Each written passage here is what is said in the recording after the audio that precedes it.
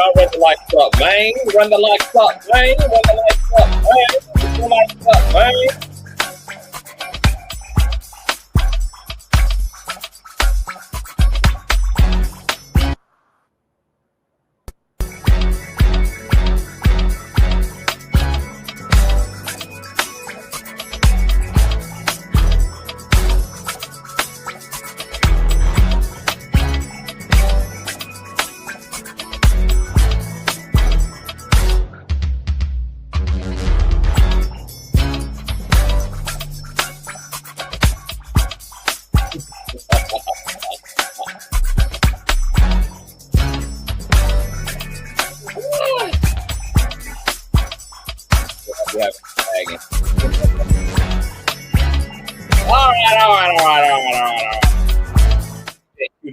What's going on, Conscious Crew? It is another wonderful episode, riveting episode, I should say, of the Consciouztv platform. Happy to have you all here, TGIF. It has been quite a action-oriented Friday, honey. The long 6-7 year awaited sophomore album of no other than Cardi B, girl, dropped, and everybody is here for it, girl. Even the Barbs are struggling to hide their love and respect for this project, girl, okay? Cardi B out here converting the Barbs into hybrid Barty gang cult members. My God, today, if you in fact missed that riveting live stream, we gave a live reaction. I played for you some of my faves off of Am I the Drama? You guys know I'm also a commentator, so of course no commentary is ever going to be had on this platform without constructive criticism, especially if there's room for it, okay? We are not a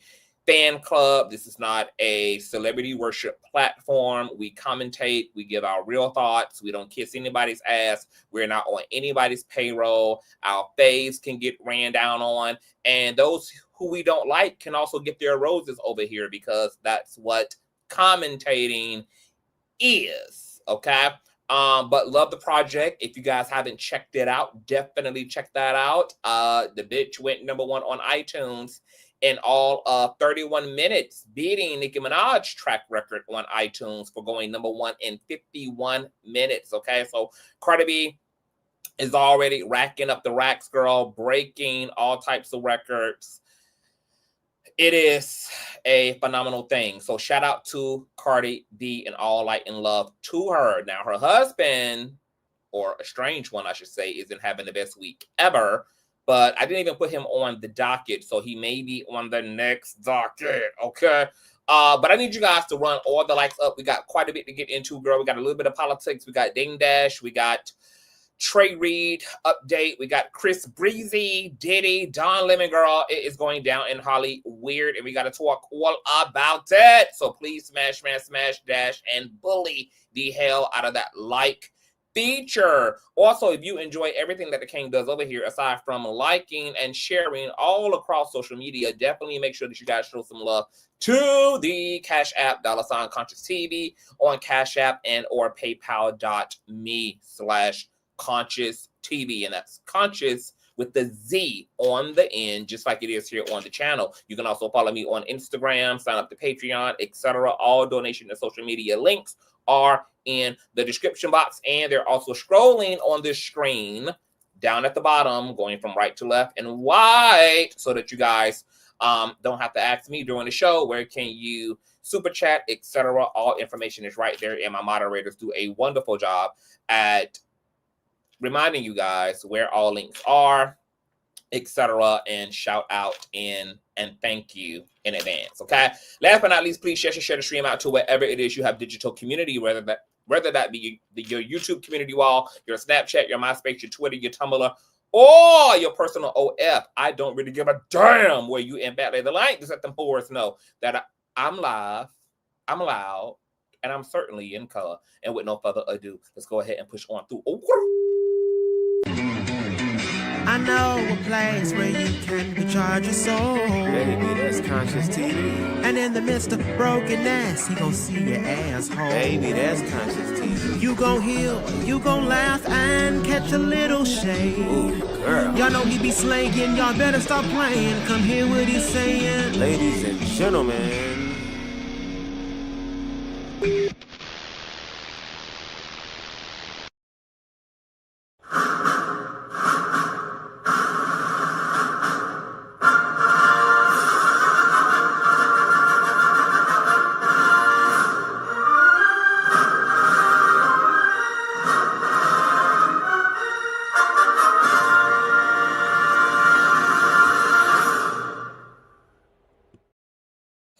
All right, sin, my beautiful sin. Okay, tell me all about it. Yes, I do know that I have a copyright claim, which I expected since I was playing all of Cardi B's goddamn music. I got an email. However, the YouTube told me that the video was visible in the United States and should not affect my American audience. Is that the case? Like when you say there's a copyright claim, what does that mean? Is the music blocked? Is the music muted in the live stream, etc.? How does that show up on your end? Because I am logged into my own channel, so I can't really see what things look like.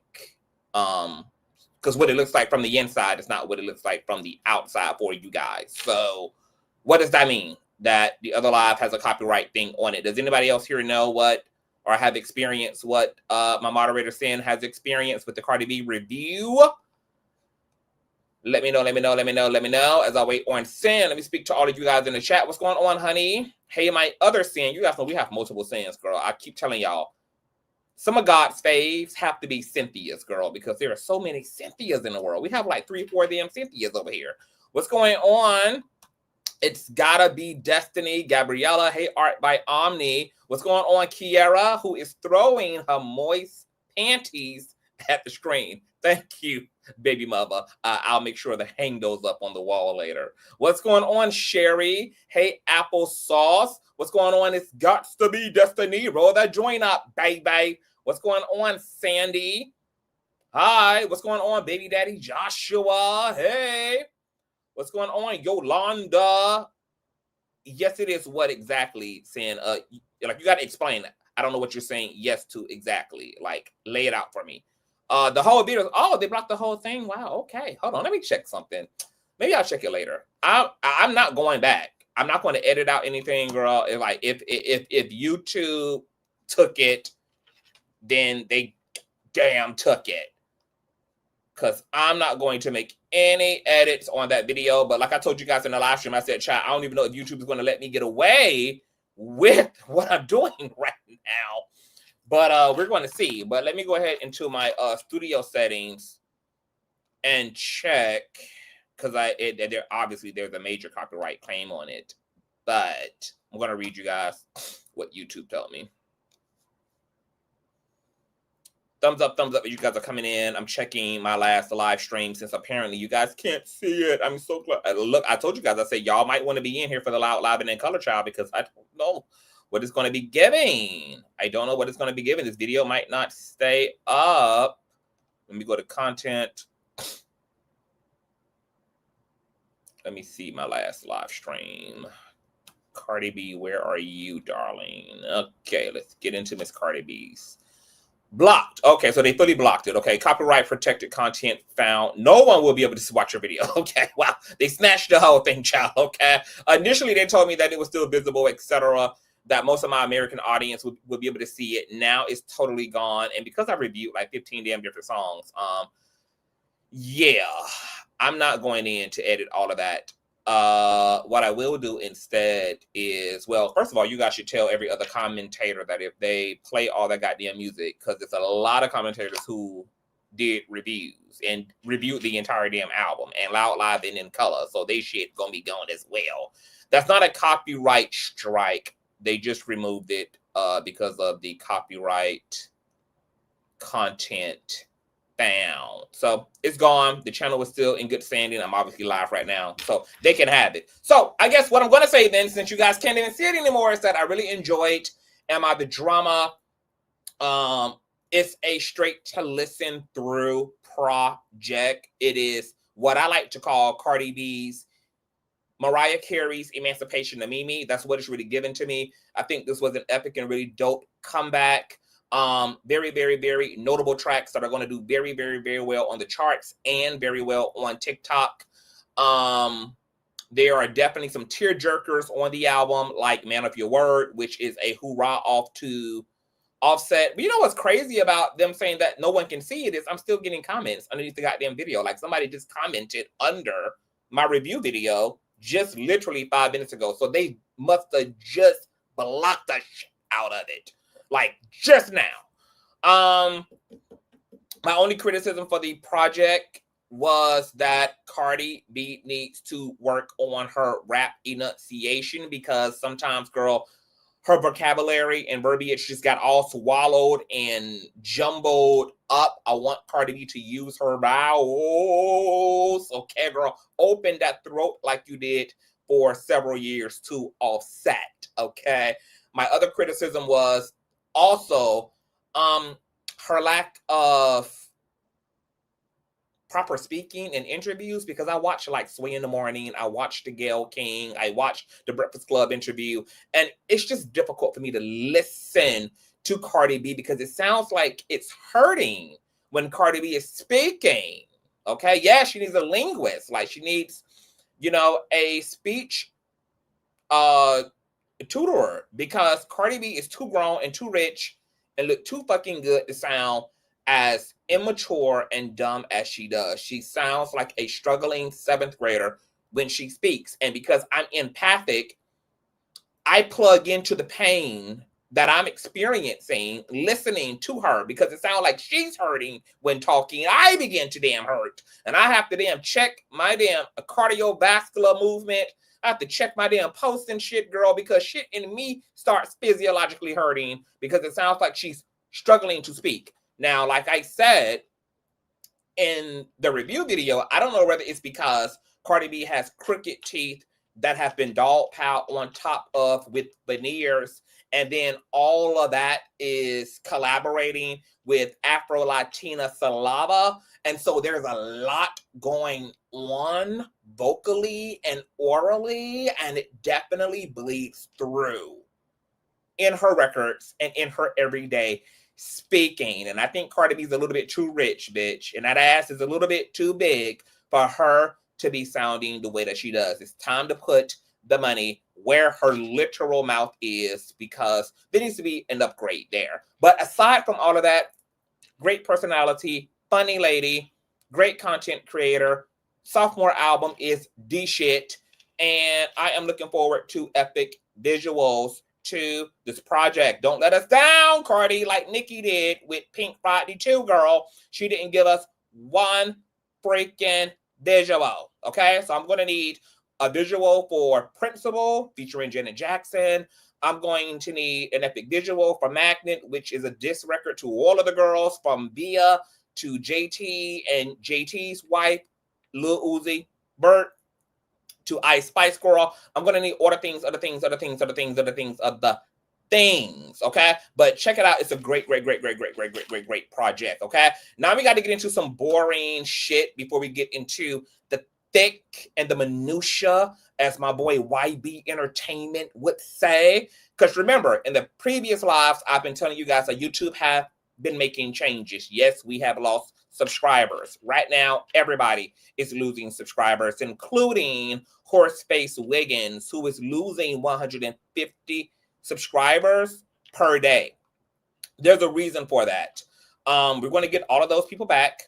YouTube has changed settings for consumers that they don't realize. And so I'm going to play a video by Secular Talk, who did a video, 9 days ago, talking about YouTube's recent updates, because this change that YouTube did is affecting everybody, no matter where you are on the YouTube spectrum, from small mid to ginormous platform. So we got to get the word out. You guys can tell other content creators what you learn here and tell them to inform their supporters as well, because there's definitely been updates to the platform that are going to affect all of our bottom dollar and are going to affect all of our viewership and are going to affect our subscriber count. The only people who won't be affected by this are the people who are buying fucking bots any fucking way. But their channel is going to be clipped in due time too, because YouTube makes their rounds and clears all of that shit. All right. Before we get into the thick of that, what's going on, Jose? Can you guys see me really well? I kind of moved some shit around in my studio, kind of got in a different angle of things. Do you guys like this angle? Do you guys, is the visualizing? Let me know before we go forward. If you guys can see me well, if you're enjoying what you're seeing. If the lens is lensing for now, we're going to be upgrading this fucking webcam too, because I'm sick of it. I'm sick. Okay. Crystal clear. Okay, great. Because I was trying to make sure. Okay, so clear. You look fabulous. Thank you so much, baby mother tip. Thank you.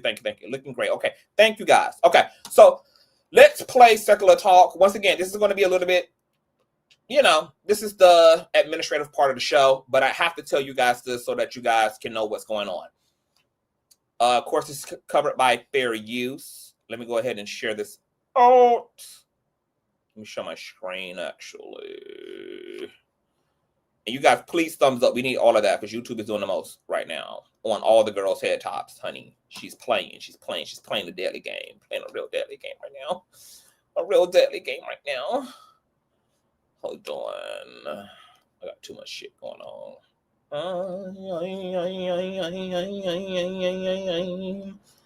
Still here. All right. Share my screen. Let's get into Circular Talk. He's going to break what's happening on YouTube down to the ground. And of course, this is covered by no other than fair use. Take a listen, you guys. Okay. And follow instructions. Go into your YouTube settings once he explains this to you. And of course, do that after the show. Okay. What the fuck am I looking for? I'm looking for my fair use banner. Bloop. All right. This is Circular Talk, and shout out to Circular Talk YouTube. From a month ago. And here's what they say. YouTube will identify and restrict minors' accounts with AI. Next month, YouTube will use an account's age and activity to determine if it belongs to someone under 18. So what they're describing here is they will automatically change the settings on certain accounts using AI. If they have a suspicion the person who uses this account is under the age of 18, they'll click on a restricted mode. The restricted mode is very restrictive, and it makes it so that you won't even be able to see news and politics stuff like this, right? Now, I didn't see this article at the time, but I noticed recently, in fact, within the past couple days, I was like, well, this is weird. I'm seeing a very marked decrease in views.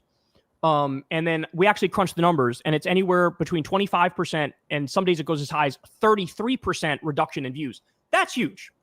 It's one thing if you get a 5 or 10% reduction. That happens from time to time if the stories aren't catching people's eyes and stuff like that. That happens from time to time. But this is not 5 or 10. We're talking about up to a 33%, a third reduction in views. And so it turns out when I did some digging, I found out very quickly, this is why. Because there's a lot of people who watch this channel, right? And I don't know, maybe they have kids and they let their kids watch some cartoons or something on there. And so YouTube saw that and said, oh, we guess this is a child's channel. And so they automatically put it on the restricted mode. And so now they don't get recommended the videos for this channel anymore. Okay, let me run that back, bro. That's very important for you to hear. Listen closely. This applies to everybody in the stream and everybody who's going to catch the replay. Right. And I don't know, maybe they have kids and they let their kids. But this is not 5 or 10. We're talking about up to a 33%, a third reduction in views. And so it turns out when I did some digging, I found out very quickly, this is why. Because there's a lot of people who watch this channel, right? And I don't know, maybe they have kids and they let their kids watch some cartoons or something on there. And so YouTube saw that and said, oh, we guess this is a child's channel. And so they automatically put it on the restricted mode. And so now they don't get recommended the videos for this channel anymore. Probably if you watch this channel and you don't actually log into your YouTube account and you watch this channel, they might automatically put those on restricted mode because they don't know the ages of the people who do that, right? There's a million ways in which maybe you are 17 or 16 and you watch this channel, but they know you're 17 or 16, and so they restrict it. But like I said, what we're witnessing is between anywhere 25% and 33% reduction in views on the videos. And guess what? So this happened. They said July 29th, they wrote this article. I don't know why it's glitching. Okay, so far, I hope you guys understand what he's saying. So what the fuck has happened is that YouTube is using AI, which is a problem in and of itself, because AI can't interpret certain things in a way that like human common sense can. But what AI is doing is sweeping through YouTube users, everybody who has a legit account, people who log into YouTube. So all of you who have a name here, all of you guys obviously have a YouTube login. But if you are watching things that AI considers to be childlike, if you're watching cartoons, etc., if you're watching child content, or to Secula's point, if you are allowing your children, your teenagers to use your account to scrummage through YouTube and they're watching teenage-related content or elementary childlike related content, then AI is taking it upon itself to decide, oh, this is a user who is underage, even though the account belongs to someone who is older than 18. So then it practically shadow bans and unsubscribes you from adult content because AI is saying this is a child and this child needs to be on YouTube Kids, not mainstream YouTube itself. He's also going to tell you how to go into your settings and what to click on and click off of so that you don't find who you're subscribed to impacted and the way that you have your homepage set up affected by this change. And said next month they'll roll it out. Well, this just hit our channel now. It's September. It just hit our channel now. So it didn't happen August 29th. I got lucky for a little bit after that, but now it just hit the channel. And it seems very clear to me that this is impacting the channel. So what do we do about it? So the first thing I'd say is go to your YouTube account, click on the top right, the part on the top right, the little icon thing on the top right. And then if you click that, it'll give you a bunch of options. Scroll down to restricted mode and make sure that's off. Okay. All you have to do is click that and then you're fine. Right. But again, this happened automatically. A lot of people are not going to know about it. A lot of people are not going to know to click that off and they're just not going to be recommended these videos. So this could actually be really, really bad for the channel. So outside of that, what I would say is everybody just do the basics. Tell everybody you know that you check to make sure your YouTube account isn't on restricted mode. It's really like a sly censorship move is what they did here. That's what it is. They probably want to be nicer to brands or more. Okay, so follow those instructions. Don't follow them right now, but follow them no, you know what? You might as well do it right now because you're probably going to forget by the time this is all said and done, okay? Go into your settings and turn off restricted mode so that, yeah, you're not lost in the sauce and your faves are not lost in the sauce as well due to AI sweeping through and deciding that your profile belongs to someone under the age of 17. All right. Shout out to Secular Talk. Now, someone also had been telling me as I've been speaking about this that other content creators have also been trying to figure out what the fuck is going on with their platform. And even though I don't fuck with this plastic veneer mouth heathen named Horsemouth Wiggins, but apparently he made a post 3 days ago claiming that he doesn't know what's going on, but YouTube has been unsubscribing people from his channel by the hundreds every single other week. And he posted a screenshot here and he's crying about it. And people in the comment section were saying it's because you aren't consistent. Yeah, there's a two-stone situation here. So you guys can tell him if any of you guys here are subscribed to him, that he needs to tell his supporters to go into their settings and turn off restricted mode, because more than likely this is what's happening to his subscriber count as well. I went from 57.9 to 57.7, as you guys can see, and we are still losing subscribers because AI is doing what AI does. Also, some of the people were saying, well, it's because you aren't consistent. That's also a thing on YouTube as well. I took like a 2-week break off of YouTube, and what YouTube will freakishly do to motivate their content creators to be consistent on the platform is, if you're not pushing content on here, if you're going days and days and days and days, weeks, sometimes weeks, not pushing content, YouTube will literally start unsubscribing people from your platform, even your active supporters. Okay, they'll find themselves unsubscribed, and they'll be like, "Hey, I was subscribed to your platform, and I don't know why." I mean, yeah, I don't know why. Well, it's because YouTube is an asshole, and they have really weird ways of just grabbing their content creators by the balls and punishing them for not being on this platform. But there also have been objective changes to the YouTube platform. So anybody who you know who is seeing this and trying to figure out, girl, what is going on with their platform, why are their views not viewing, why are they losing subscribers, this is in fact why. Okay.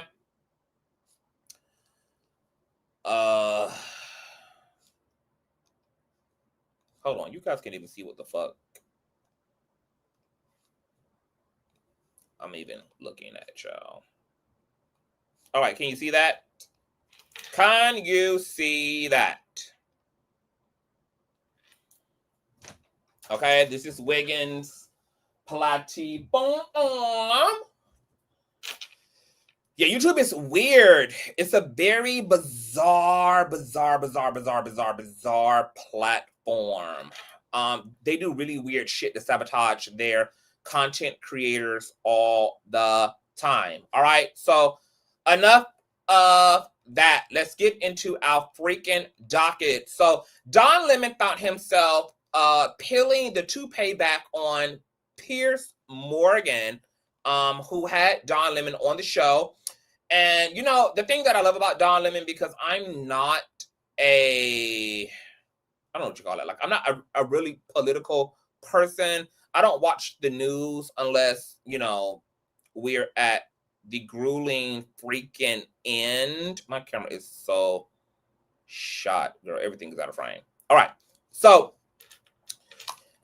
Don Lemon, I did not watch a lot of while he was on mainstream television. But once Don ass was ripped from that fucking leash that corporate America had him on, baby, I was fucking here for it.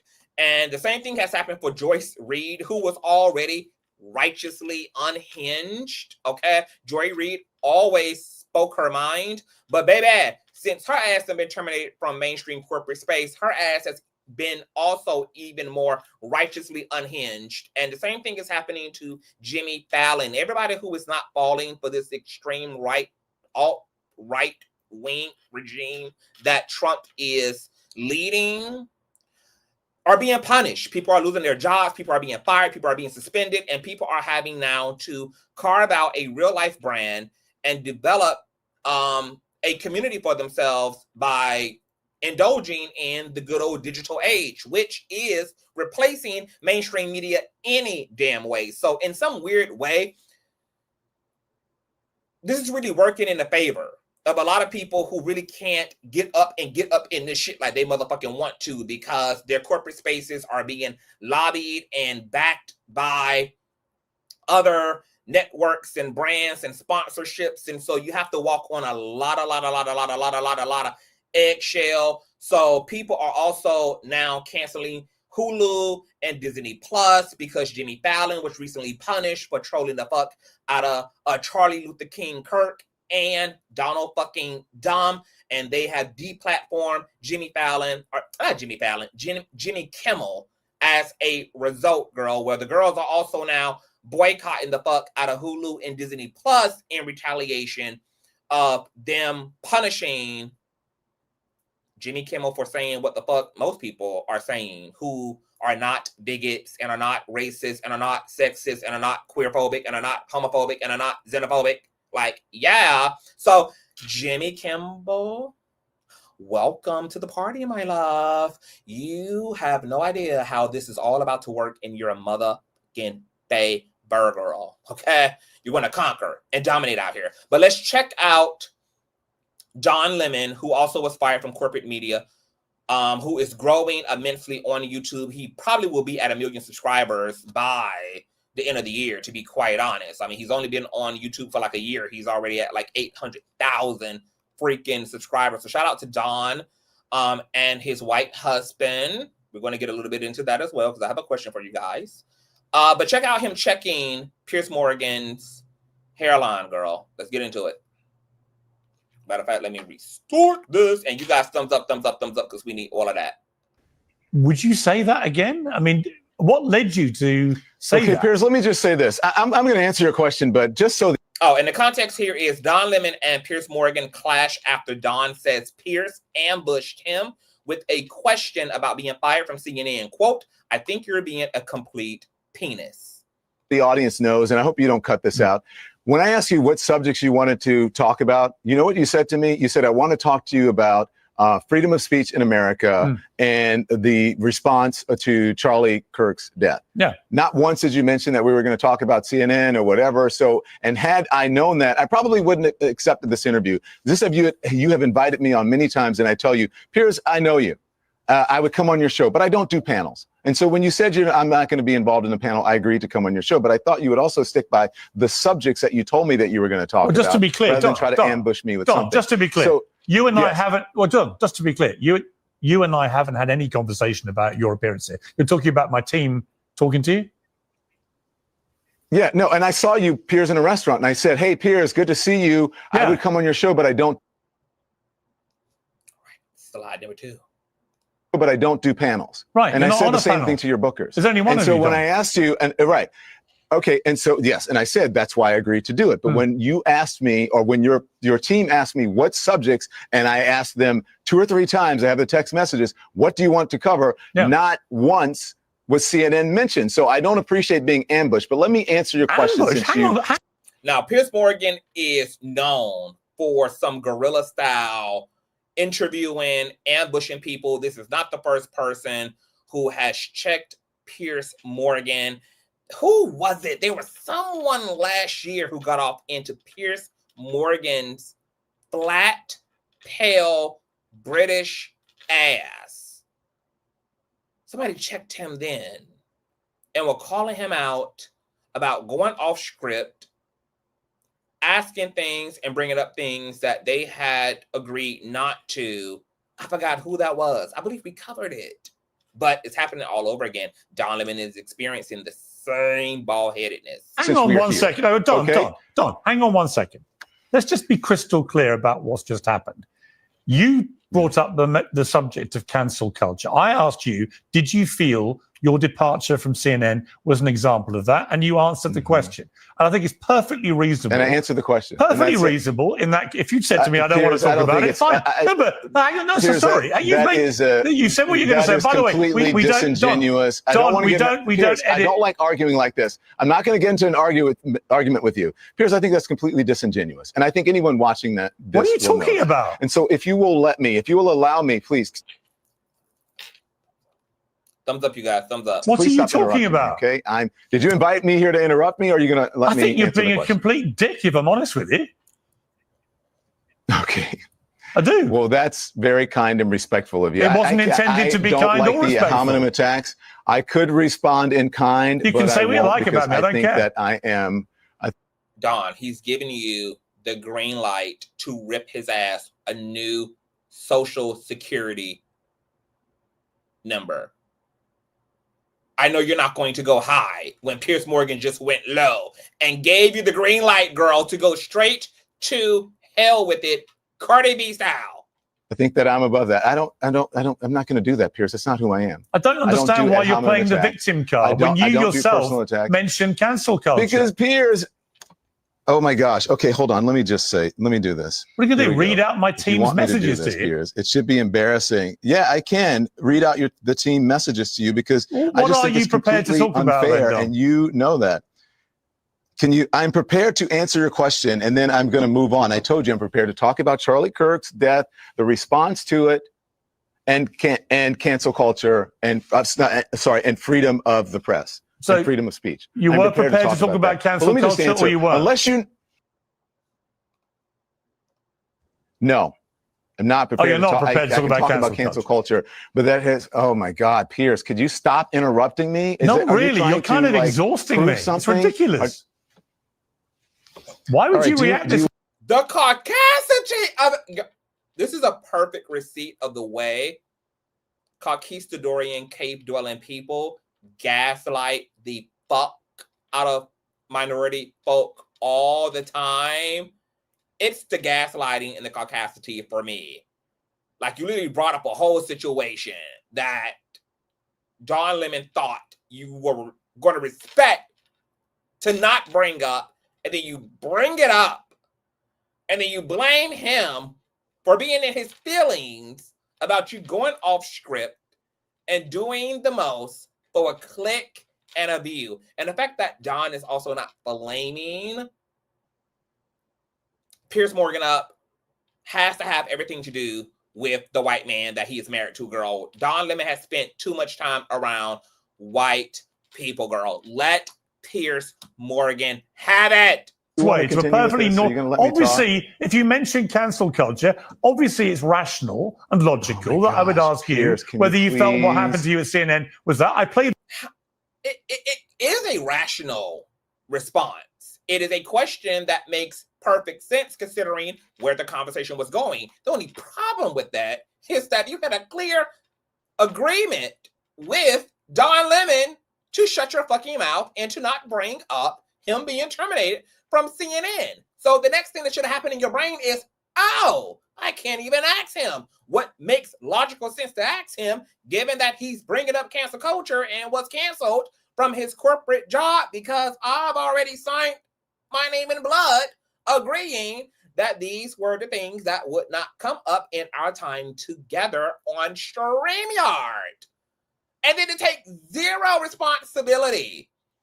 And poor Don Lemon, like, girl, if you were married to not Cal, but maybe a Kevin, you know, like a black and brown brother, girl, you might have had the superpower you needed in the Infinity Stone to decapitate Piers Morgan. Finally and once and for all. I have no idea why Don Lemon is going high when Piers Morgan just went fucking low. I'm utterly disappointed because Don Lemon has it in him, girl, to be a Tasmanian devil and to tear up the shit Jerry Springer style, okay? And then the fact that Piers Morgan gave him the green light to take the bait, girl, like, eat. Oh, okay, girl, you just told me to eat, bitch. Eat bon appetit had it been CTV, girl. Okay, because you would have got checked with or without the permission slip you just gave me. But the fact that you gave me the permission slip, girl, I would have eaten and eaten bon appetit. The clip, Piers, and then you throw I've a given you fit. A moment. Enough. I've given you your moment. I don't This want is a going to moment. go viral. So please. I don't want to. Now he done took off his glasses. He's half blind. Don Lemon is seeing in 420p, girl. This is a mess. I feel like Piers Morgan, girl, he got the win on this. Yes, you do. Otherwise, you wouldn't do this. Otherwise, you would be a respectful journalist and host. And I don't think I'll take lectures on being a respectful journalist because you want a moment. Oh my God. No, Don Lemon, you take the permission slip, girl, and you take the bait, and you make such an example out of Piers Morgan's pancake ass that, girl, you traumatize any other future host, journalist, commentators who are going to invite you onto their platform so that they can have a stock remembrance of what it's like to not put respect on your head top, Don Lemon, okay? You should have made an example out of Piers Morgan's ass. And I hope you didn't have this experience and then went over there on the Don Lemon YouTube channel and talked shit when you had the opportunity to have a big pair of balls in Piers Morgan's face, where you should have chin checked him at. Gosh, Piers. I won't. I can't even hear because there's a delay and you keep talking. And what do you want me to do? Like rip the earpiece out in the mic and run off so you have a moment? No, I don't care. Are you You going do to let me whatever you answer the like. question? Are you just going to keep?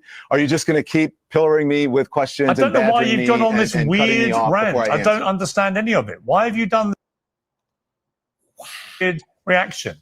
I simply asked you about whether you felt your departure from CNN was, I can't believe Don Lemon cowered it down. in your eyes, an example of cancel culture. I played the clip, Piers, and you're I then embarrassing said, yourself, I then and said, I tried when you to- watch it back, do you Piers, really understand what you were saying? This is why I don't do this, but you're embarrassing yourself, Piers. Actually, you might be And embarrassing yourself, you are- Don. Don, Piers Morgan has made a career out of being a clown. Embarrassing himself is what he does. The question is, girl, why are you not painting the YouTube streets with Piers Morgan's fucking blood on his own platform? Okay, and crucifying him into that goddamn backdrop right now. You're an LGBT melanated man, for God's sakes. How long have you been married to fucking Brad? Girl, don't tell me that you're over there dipping your potato salad in Raisinets now as well, girl. Don't tell me. See, girl, remember how we had that last conversation when we were talking about all of the current shenanigans going on around the Trump administration and MAGA and Charlie and the Robinson shooter? And I was saying, girl, I think the way that white people have fed and dieted has a lot to do with why they are so historically violent and homicidal and psychotic.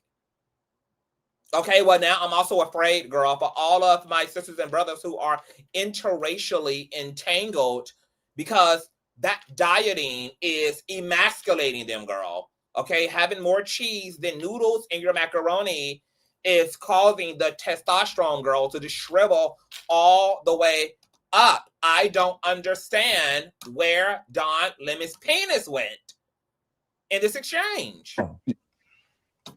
Oh my God. Okay. I blame Don. I blame Don. I blame Don. I blame Don. I fucking blame Don. A shame and a goddamn scandal, girl. I thought Don Lemon was going to eat Piers Morgan off the bone. I have no idea why he allowed, out of all people, girl, Piers Morgan to play in his face. This would have been the easiest cleanup, girl. This would have been the easiest cleanup, girl. And Don Lemon just allowed the moment to come and go and allowed Piers Morgan to bring him out of his contacts, girl. Bring him out of his black and brownness, out of his melanin, girl. I'm disappointed, Don. I am utterly disappointed, girl. And I'm writing a letter and I am emailing you before this night is out to express how upset I am, girl, that you allowed us all to take this L with you. For those of you who are saying, Don, he just didn't take the bait. No, taking the bait would have been storming off, unplugging, and getting the fuck out of there. Instead, he allowed Piers Morgan to wear him down. He ended up in a sweat and out of his glasses, rubbing what was remaining of his hairline, girl. Just embarrassing. Where is all of the pent up aggression for everything that the Dems are going through, Don? You had an opportunity, girl, to have a perfect emotional dumpster to have dumped into, okay? When you looked at Piers Morgan, you should have felt it was the equivalent of looking at Donald Trump, girl, and have that head-on collision. I'm upset. I'm not watching Don for the rest of the week, girl. I'll see you next week, Don. Kelly Price also is having a lot to say about her own industry, girl. Kelly Price says that Black male executive told her, quote, "No way your big, fat, whatever is going to outsell my pretty, light-skinned, long hair, whatever," comparing her to the singer Maya. And people are kind of chewing her up, girl, for dropping Maya's name in her rundown, because, Maya stays out of trouble, girl. Maya, she just sits and rests in her light-skinnedness, and she makes, you know, her music that doesn't chart, and she minds her non-Billboard charting business. So people are saying, girl, leave Maya out of this. But let's check out what Kelly Price has to say. Thumbs up the video, share, and subscribe if you're new here. Every this, every that, every the other. I've told this story, so don't try to say this is Maya hate. This is not that. This is actually what happened. She's like, I like, if you want to lose money, but like, I'm sorry. She's got like her single is sitting in, are you kidding me? Her single is sitting in number one. Okay. Like whatever. Angela said to him, there's nobody out there with a voice like hers. There's nobody out there that's going to be able to, they would never say it to you in real life. So why is it on the internet? That's what I asked too, sis. So he meant it, and he wanted to make a bet with her. And so, you know, she does this and she's like, give me a minute. So I sat down and I'm kind of getting comfortable because we're getting ready to start our weekly meeting. And the call took a left turn because he said, you got to be out of your mind. I don't care how good that girl sang. Ain't no way in the world your big fat whatever, gonna outsell my pretty light-skinned, long-haired.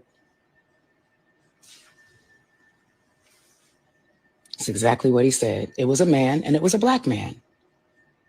I need you to understand, Angela Thomas, she thinks she's black, but Angela's not black. So he felt okay with saying this about me to a non-black woman. Angela not only did her big one, but, and again, this is not about coming against Maya. We outsold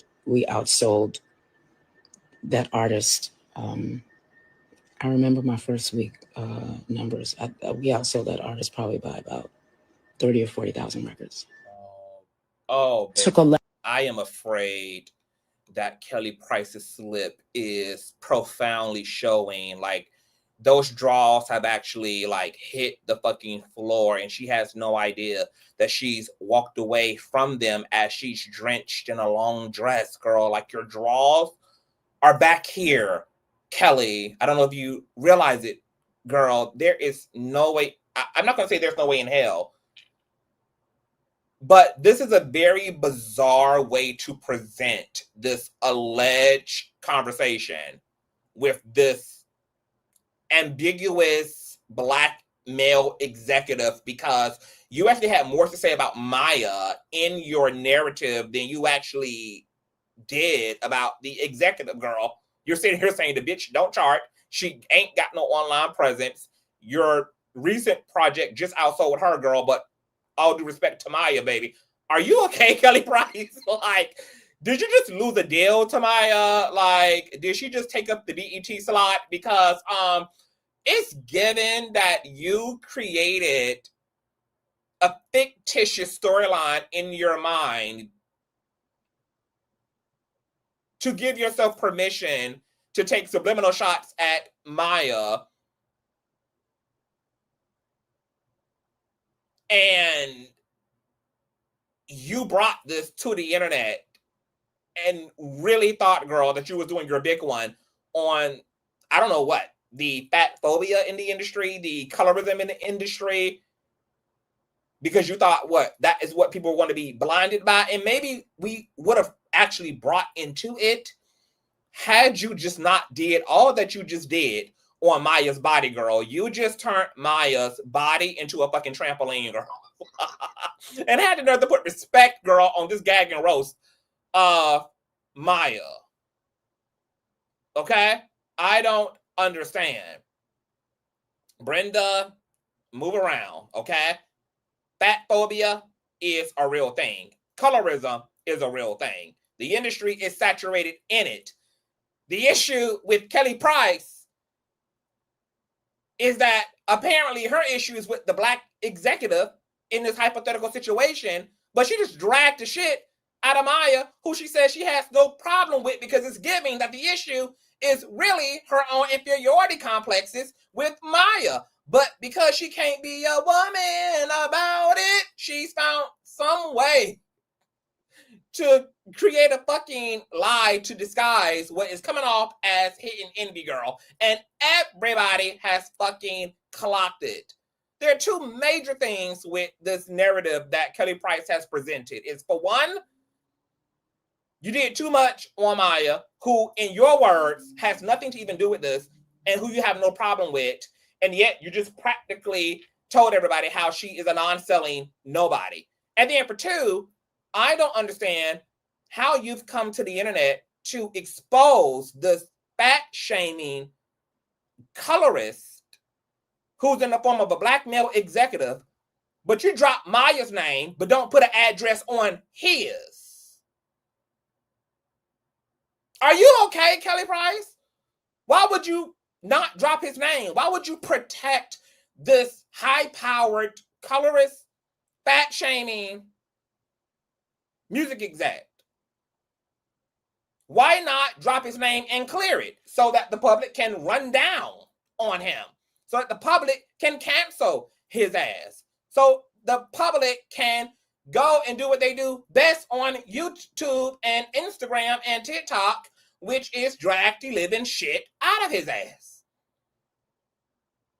If you're bringing up a traumatic experience and this person has a authoritative place in the industry, why is there qualified immunity here? Because I would have only brought this story up if I were going to drop this executive's name, because I want to protect other black female talent, specifically fat, dark-skinned, brown-skinned, black female talent, and so that they can be aware to stay clear of this motherfucker, or this motherfucker can get outed so that he can domesticate and censor his fucking behavior now that somebody has stood up and caught him on his shit. But that's not what Kelly Price in fact did. She protected the fuck out of this motherfucker and coming to us about it. So what are we supposed to do about this phantom figure who chose Maya over you? And why would you not drop his name? And then why would you have no problem with Maya, but then drag the fuck out of her, and you're dragging her really more than you're even dragging the black male? It ain't making no sense. Kelly Price, get away from me with this until you have the coochie lip testicular power and courage to come back and redo this thing over and drop a name so that we can address this person who allegedly treated you this way. Because without, girl, that exact information, there's nothing that we can do with what the fuck you're talking about. Nothing. Like, literally, what was even the point? The only point to this could have been Kelly Price needed to create a storyline, needed to create, girl, a narrative so that she could subliminally drag the fuck out of Maya ass, who is her real target. This could not have literally been about Kelly Price leading the charge against some fat-shaming colorist music exec who she's not even naming. It could not have actually been about that. Get away from me with this. Apollo. Have a great night, Kelly Price. Enjoy that 2-piece and a biscuit, my love. I'll see you on the do-over. Okay? Moving along. The gays, girl, y'all better stand up, girl. It's given that it's about that time for a LGBT insurrection, girl. Because Trump is coming, girl. He is coming for the dicks in our asses and coming for all of our interesting and unique gender markers. Okay, you guys know that Trump is one of the biggest homophobes and transphobes in the United States, girl, and he is tearing the LGBT streets apart. You guys know that he recently just painted over the rainbow-colored crosswalks that were in tribute of the victims of the Post nightclub shooting. Even though pedestrians and civilians alike are repainting them, because who the fuck is Trump, right?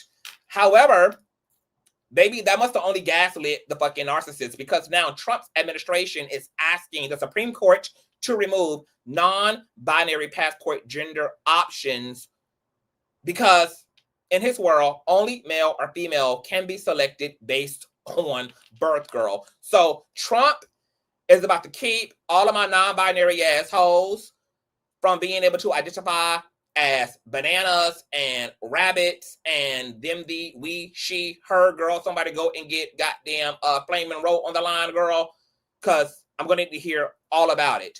And that's not even where the non-binary phobia of it all ends. Because Trump also is painting an entire destructive narratives on trans and non-binary people, wanting them to be labeled as domestic terrorists and psychotic. And with this being already a minority community that is already endangered and has already been slandered by the church and by Western patriarchy, this type of narrating of a community is going to continue to endanger a already endangered community. Check out what members of Trump's cabin are proposing in terms of how trans and non-binary people should be treated.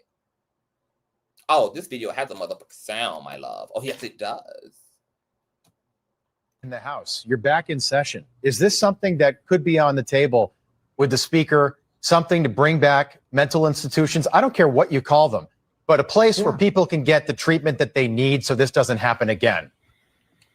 Yeah, we need to do that, Rob. Absolutely. We need to stop these doctors, these pediatricians that have gone for years now, that have taken 12 and 14-year-olds and convinced them that they should do the gender transition. They put them on hormones. They've mutilated their bodies. They've cut their breast off. They've cut their genitalia off. And a lot of these people were they were confused because they were going through puberty, and it's a natural thing. And they preyed upon them, and they convinced them that there was something wrong with them. And now they're in this position years down the road where they have legitimate psychiatric issues related to the stuff that they've been exposed to and the things that they've been told and the stuff that's happened to them. We have to do something about this. We have to treat these people. We have to get them off the streets, and we have to get them off the internet. We can't let them communicate with each other. I'm all about free speech, but this is a virus. This is a cancer that's spreading across this country that's going to do great damage to normal, hardworking. Whether you think it's dramatic or not, like, these are people in the fucking White House that are talking about putting us in institutions. Like, I'm a transgender man, and I've made that very known on social media. Not a bit of me is unstable. Not a bit of me is someone to be afraid of or to feel threatened by. I am such a nice person. And I literally just had to tell my girlfriend that if something happened to me, if I got locked up against my will, that she needs to fight for me. Like, how fucking bizarre of a country are we living in? I don't care if you are right or left. At this point, it's like, can you guys just leave us the fuck out of it? Can you guys leave us the fuck out of your crazy shit? And in the video, he literally is talking about trans people while showcasing the shooter of Charlie Kirk, who is a cis male. A cis white guy did this, not a trans person. And please remember the stats, you guys. Please remember the fucking stats, because it is not trans people you need to worry about. I'm freaked out, y'all. Like, I'm not trying to be a fucking, like, rage baiter or anything like that, but I'm, like, genuinely scared. And I'm trying to leave. So please help me and my girlfriend. We have a GoFundMe, and it's been up for a while now, and I'm trying to go. I got to get the fuck out of here. And so do so many of my other trans siblings. They need to go. They need. Girl, so many people are leaving the U.S. right now, girl. Rosie O'Donnell, cigarette smoking ass and hauled her ass up out of here, girl. The Ashton Kutcher and his bitch done hauled ass up out of here, girl. So many people are getting the fuck out, Jordan Peele style. I've been telling you guys that they're starting with who they believe has the least social equity in this country which are going to be the illegals, going to be the criminals, and going to be the non-binary trans folk who sit at the bottom of the social hierarchy food chain.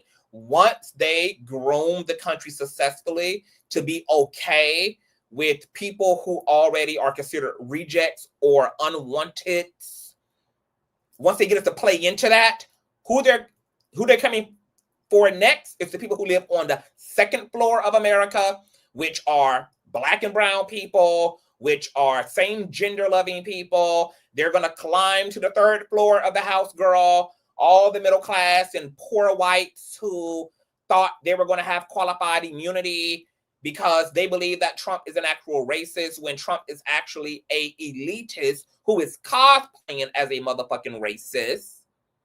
And he's utilizing racism as a way to fuel his Project 2025 propagandized as agenda, which is ultimately a elite washing of the entire fucking country, which means that this is not only a Black and brown issue, this is not even going to be a LGBT issue.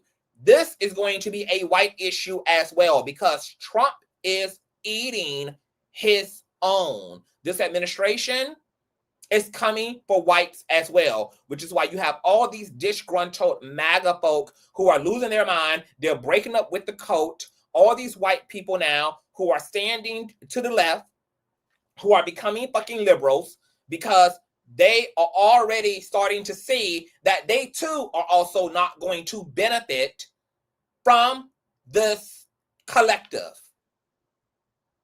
So white folk get ready, queer people get ready. I just shared something in my Instagram stories. You guys should be following me on Instagram. Hello, Consciouztv, where Trump is literally in conversation with another African country's dictator, and they're having literal conversations around Trump being able to send U.S. citizens to this African country, but the African dictator is saying as long as those Americans don't have a criminal background and are of African descent,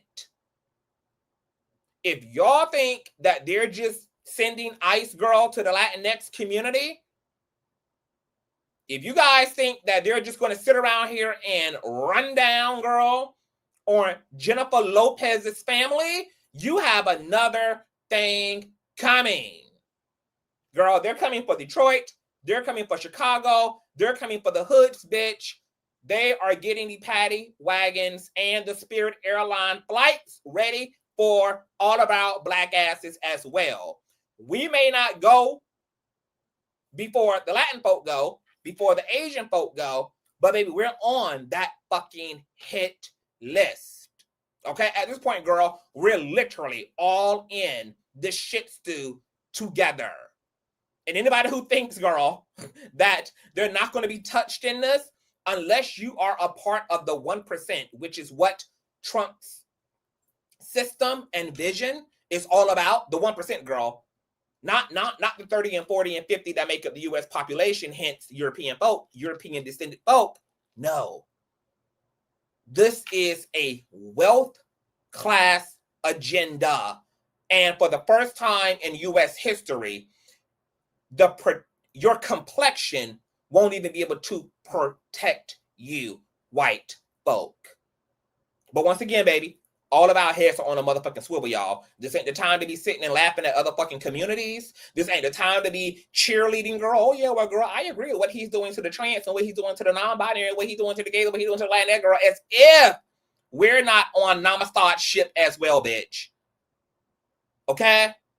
We need to be working together and galvanizing and organizing and strategizing rather than resting in our peace and resting in our Blackness as if we're not also on Titanic, which has already hit a fucking massive iceberg and is sinking to the base of the fucking Atlantic Ocean. Trump is fucking coming. And for everybody this time around, girl. So much love and light to America, girl. I hope that we can get it together because this is going to be a fucking mess, girl. It's going to be a mess, honey. Okay, so this is the best time, girl, to be a passport bro, a passport sister. People, black people are moving to China, to Asia, to Middle Eastern as cities, girl, and getting up out of here before the American dollar loses its value, before it crashes, before Trump locks down the fucking country. Oh, it's coming, girl. And we're not even in the thick of this shit yet, girl, okay? They're just organizing the chessboard. They haven't even fully executed. All the shit that they're doing and moving around at a federal fucking level is going to be taking action next fucking year. So the gnashing and welling of teeth hasn't even begun. We haven't seen suffering and othering yet. But speaking of politicians, Kamala Harris, girl, wrote in her new book that her first choice for a running mate was Pete Buttigieg, but she passed on him for Tim Walz because Pete is LGBT. Quote, a black woman plus an LGBT man was too risky. And the sad, pathetic truth about that is she's absolutely right. She was already taking a massive L being a woman of color, not a black person, colloquially, but being a woman of color. And if she would have had the unmitigated gall to have a LGBT-centered politician, oh my God, Kamala thought her ass lost by a landslide the first time around, girl. She wouldn't even have slid at all, okay? Trump would have got 100% of the goddamn votes. So here it is. Kamala even recognizes that America is deeply motherfucking homophobic. The black community is deeply motherfucking homophobic. And she knew that she would have absolutely unequivocally lost had she had a queer running mate and ally. That is sad as hell. But even in 2025, girl, the people who sit at the highest part of the mountain in America knows that America has not outgrown its sexism. It has not outgrown its patriarchy. It has not outgrown its xenophobia, its queerphobia, etc. We're the same fucking country. All we did per different administrations was tolerate the people that we were forced to tolerate, whether it was tolerating black people, tolerating gay people, tolerating trans folk, girl. It was tolerance. As soon as people got an opportunity, girl, to vote their prejudice, that's exactly what the fuck they did, and now we're here. However, I still stand by what I said. I don't know why Kamala Harris is out here writing goddamn memoirs about getting her ass handed to her in this administration when she need to have her ass boots to the motherfucking ground, girl, galvanizing the fucking people and telling us how we can pull a reverse Uno on everything that is fucking happening since Project 2025 is like 73+% already fucking complete. I don't want to fucking hear, girl, about how your ass got exposed for not washing collard greens in a tub. I don't want to hear, girl, about your emotional distress, about how those people clocked your ass for fake pretending that you had a great-great-grandmama who was the equivalent of ancient damn mama and caught you using this damn stock image in your book out, okay? I don't want to hear it, girl. Kamala, Tim Walz, Joe Biden, and what's remaining of him, girl, you people need to be out here telling us, girl, how to turn this shit up. Instead, Kamala, girl, is in her feelings, licking her wounds, eating ice cream, gaining 200 fucking pounds, and suffering from fucking PTSD when we need all of those people more now than we even did then. I don't want to hear about it, Kamala. Boots to the ground, my love. Okay? It's time to educate the fucking people accordingly. Okay? So we're going to put the girl Kamala on the sick and shut in list. But speaking of investigations, you guys know that there was a young black man who recently was found hanging in the courtyard of the Mississippi, of the Delta State University's front lawn, and folk are feeling and believing that this obviously was a lynching, that this was racially motivated. I believe Trey Reed, who is the young man who they're claiming unalived himself and hung himself, his best friend or his cousin has spoken out, is very, very much so upset, heartbroken over this. The family does not believe that this young man took his life, but was in fact unalive, and that this was practically a retaliation of Charlie Kirk Luther King getting popped, which we told you guys there was going to be retaliation for sure. Could this be MAGA cult in Mississippi? A fringe Mississippi-ass motherfucking cult girl who decided to retaliate accordingly, girl? Could this be motivated by political violence as well? Folk believe that, especially since, matter of fact, let me see here, especially since Trey Reed's cousin said that the person that informed him, which was a relative of Trey Reed, initially told him that Trey had 2 broken legs. And the family is also saying that police initially told them that Trey was found deceased in his dorm room, only to find out through the local news that he was hanging from a tree on his campus. So how can a man have unalived himself if he in fact had broken fucking legs? You need fucking legs to hang yourself with. It's not making any sense. But I can't even play you guys the footage, so I'm going to have to do it audibly. Let me know if you guys can hear this. Give me a one in the chat if you can hear what I'm about to play. At 6. First, can you we're hear that? learning new details about the Delta State University student Demontravian Trey Reed's cause of death after his body was found hanging from a tree on Monday. 12 News camera Kris joins us now with more on how Reed died. Kim? Byron, according to the state medical exam. So y'all can hear the news clip? Y'all can hear? Okay, great. Let me read you guys the actual caption first. A medical examiner has ruled the death of Delta State student Trey Reed a suicide after he was found hanging from a tree at the campus located in Cleveland, Mississippi. As we previously shared, the 21-year-old Delta State University student born Demartravian Reed was found hanging from a tree in the middle of campus on Monday, September the 15th. On Tuesday, September the 16th, Reed's family, based in Grenada County, I'm struggling, you guys, because I'm half blind, held a press conference. So let me blow this shit up, because I'm blind as shit. Held a press conference with their attorney, Vanessa J. Jones of the Jones Law Firm.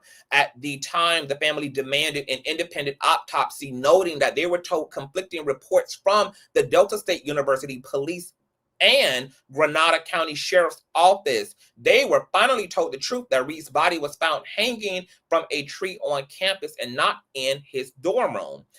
GCSO claimed that Reed died by suicide, which the Bolivar County Coroner's Office backed up, claiming that there were no visible injuries suggesting an attack before the hanging.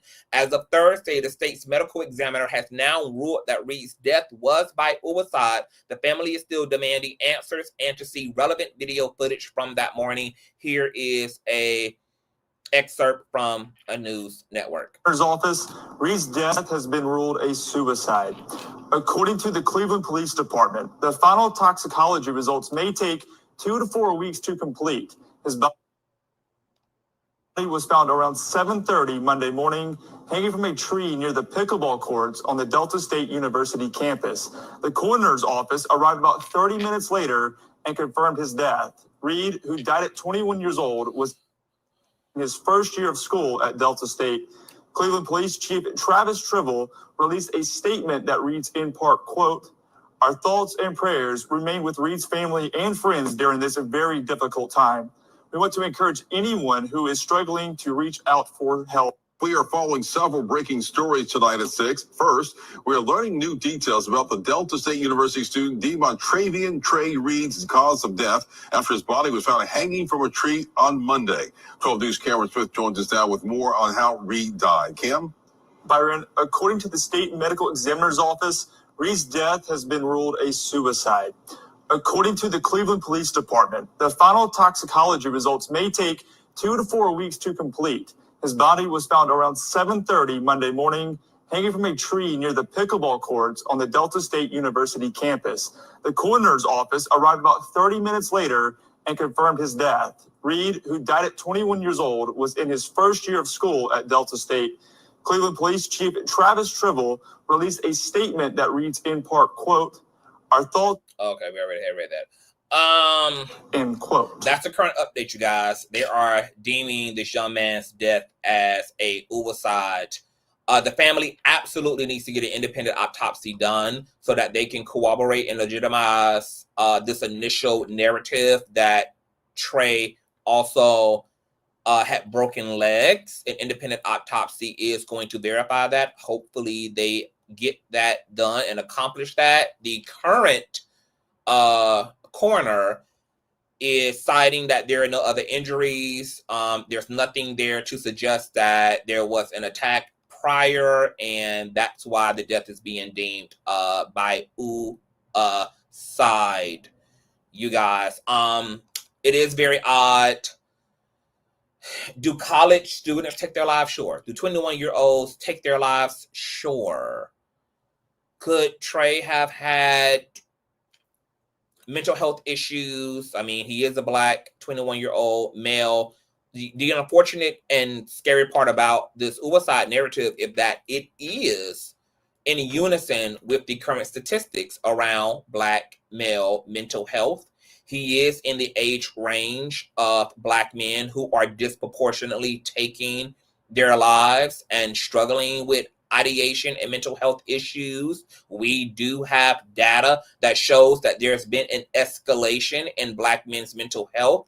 So this very well could be death by self-deletion. However, because of everything that's going on politically and socially right now, the family has also enough reason to go behind this coroner, get an independent autopsy done, and make sure that this is what this actually is. Because if it's not, and this was a murder, this was something that was motivated by the recent events against Charlie Kirk, then it's going to be time to turn Cleveland, Mississippi upside the fuck down. Injustice of. So I will keep you guys updated on what's what. Whatever that guy was told, who's the friend or best friend or cousin of Trey or brother of Trey is, it could have been misinformation. It could have just been speculation. Who knows where the broken leg narrative came from? But once again, an independent autopsy will get into all of that. I will keep you guys updated on the teams. All right. Moving into another alleged colorist and alleged violent offender, y'all favorite light-skinned Kris Breezy, okay, is headlining right now for all the wrong reasons. You guys know Kris is having a successful run on his current tour. Everybody is selling their child into chattel slavery in order to get a hold of these goddamn tickets. And the girls are going crazy. And Kris Breezy is just, having the best year ever. However, people are trying to cancel him on top of already being goddamn canceled, which is interesting for the same reasons that he got canceled for initially, which is for not only being a abuser, but also being a colorist. So before I play this clip from a Shannon Sharpe interview, just a little bit of a backstory. A recent concert goer decided to go to Chris Brown's show with a group of her friends. She was under the impression that she was going to have access to VIP tickets and that her and her girls were going to be able to get next to Chris Brown after the show. She had been communicating with the manager, etc., somebody in power, somebody who made some promises. Upon getting to the concert, this person who had initially promised her VIP tickets pretty much hoodwinked and bamboozled her and was told that he did not have any more tickets. He's so sorry, even though she was already there on a free ticket to begin with, to go to just, you know, the show itself.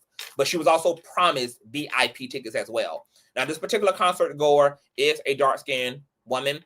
She also explained how upon her being sold this fake narrative that there were other girls who were being given VIP tickets, that this manager individual also had like 50 tickets hanging out of his motherfucking back pocket. So she knew that he was telling her a fib.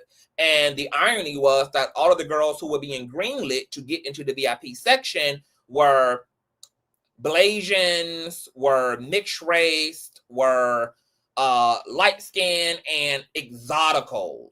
Okay, so she came to TikTok to run down on Chris Breezy for being a colorist and for continuing to hold up light skin hierarchy and privilege. And Chris Breezy in return deactivated his Instagram page, girl, because his light-skinnedness could not withstand the heat, girl. Okay, now you know there's typically a domino effect when it comes to Chris Breezy, girl. You know he suffers from beige rage, honey. Okay, so you piss off this little light-skinned girl, some poor woman is going to probably suffer for it, unfortunately. Well, Shannon Sharpe had Memphis Bleek on his show, and he got into a conversation with Memphis Bleek about whether the industry needs to forgive Chris Brown for the Rihanna Diddy incident. And listen to what Memphis Bleek had to say about that. How big could Chris Brown have been? No ceiling, man. I don't see no stopping. Without that incident, I don't see no stopping Chris Brown. He was the young heartthrob of America. You know what I mean? Like, he could do no wrong. You know what I mean? That's why I feel like they got to let that go, man. That kid proved himself that he's a genuinely sorry. And yeah, he's like, remorseful. Yeah. She's forgiving him. Exactly, but they don't want to forgive him. Who are you people to be the gatekeepers of forgiveness? Chris Brown he's a oh man, come on, that joke can move, man. He got bones in his body. I don't know, but Chris Brown is a major superstar, incredible dancer, phenomenal singer, got hits after hits after hits. He got hits after hits after hits, and he gives out hits after hits after hits. You know, it would have been nice if Chris Brown was only hitting music. Unfortunately, he's allegedly also hitting people. But Mike Jackson, I don't know. I know he. All right, so not interested in the rest of that conversation. Let's deal with the first part of this shit. Look, at this point, the issue ain't even what Chris Brown did to Rihanna, because even Rihanna has forgiven Chris Brown. And according to True T Girl, Rihanna was actually the aggressor in their initial physical altercation. So it was literally a mutual combat situation. But the problem with some people still defending Chris Brown is that Chris Brown's controversy and piss poor beige behavior has not ended with Rihanna. He also went on to terrorize the fuck out of Karrueche Trance. She had to put out a civil protective order against his ass, a protective order, a restraining order against him, threats of violence, emotional abuse, etc. She too seemingly has come full circle and forgiven Chris Brown as well. But just as recent as last year, there was an entire TikTok compilation by young girls claiming that they had been essayed at Chris Brown's home while he was there by members of his entourage. There's been a trillion civil suits against Chris Brown for essay, for alleged rape, etc. There's been no conviction as of yet, so I can understand why people are continuing to forge ahead and support Chris Brown, but I think it's also reasonable why people don't support Chris Brown. And these also aren't the first instances of colorism allegations against Chris Brown as well. I believe it was, what's the old girl from Love and Hip Hop? What's her name? Oh my God, I see her all the time, girl. You know, but she also had came forward and spoke about Chris Brown, you know, having a preference of a certain kind. Now, here's the thing. Some people are saying Chris Brown gets to have a preference. Okay, absolutely sure. You know, even though I challenge that, I challenge y'all's preferences as well.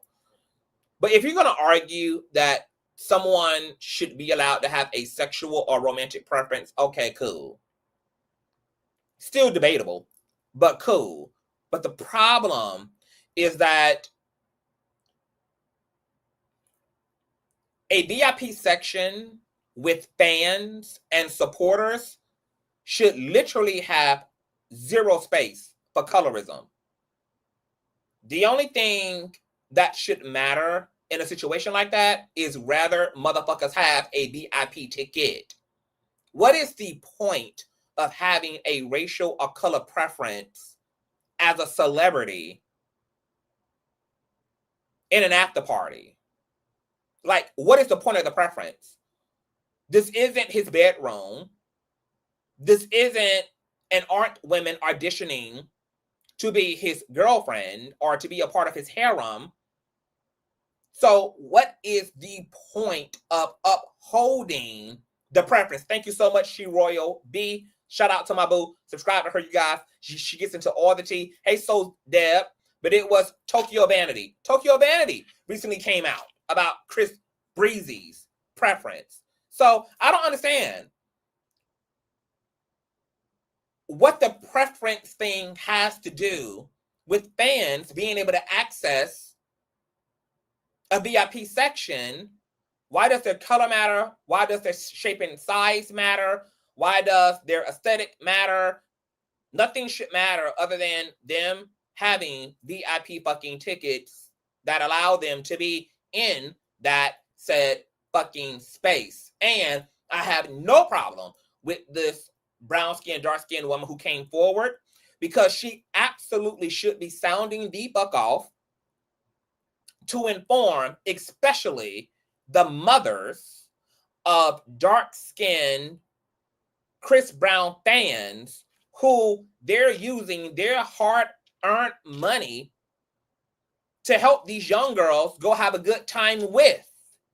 Because if I was a mother, I would absolutely want to know that a pop star, a musician, a entertainer that my son or daughter is idolizing or looks up to has horrendous politics and or piss poor morality and ethics, because I absolutely would not be spending my money to send my 17-year-old, my 16-year-old to such a person's event. I absolutely would not even be allowing my teenage daughter, son, etc., to use their own money to go support such a person. Now, if they are grown and they want to go do what the fuck they want to do, go ahead and do you. But this dark-skinned chick coming forward and sounding off, thank you for that. Because while all the adults who are attending Chris Brown's concerts can probably not be saved, they're all probably reprobates at this point. They're the people who separate the artist from the colorism, the artist from the sexism of it all, the artist from the grapiness of it all. You know, those people, okay? They're reprobate, they're far gone. They can't be helped. They can't be healed. They can't be liberated. However, Chris Brown has an immense fan base that also encompasses teenage folk. And so hopefully the good parents across the world and of America who have been supporting their teenage kids, supporting Chris Brown, have heard this, and they can protect their children accordingly from this raggedy motherfucker. And I'm also not surprised by Memphis Bleak supporting Chris Brown, even though he's a dark-skinned man himself and literally has to pass Chris Brown's brown paper bag test too.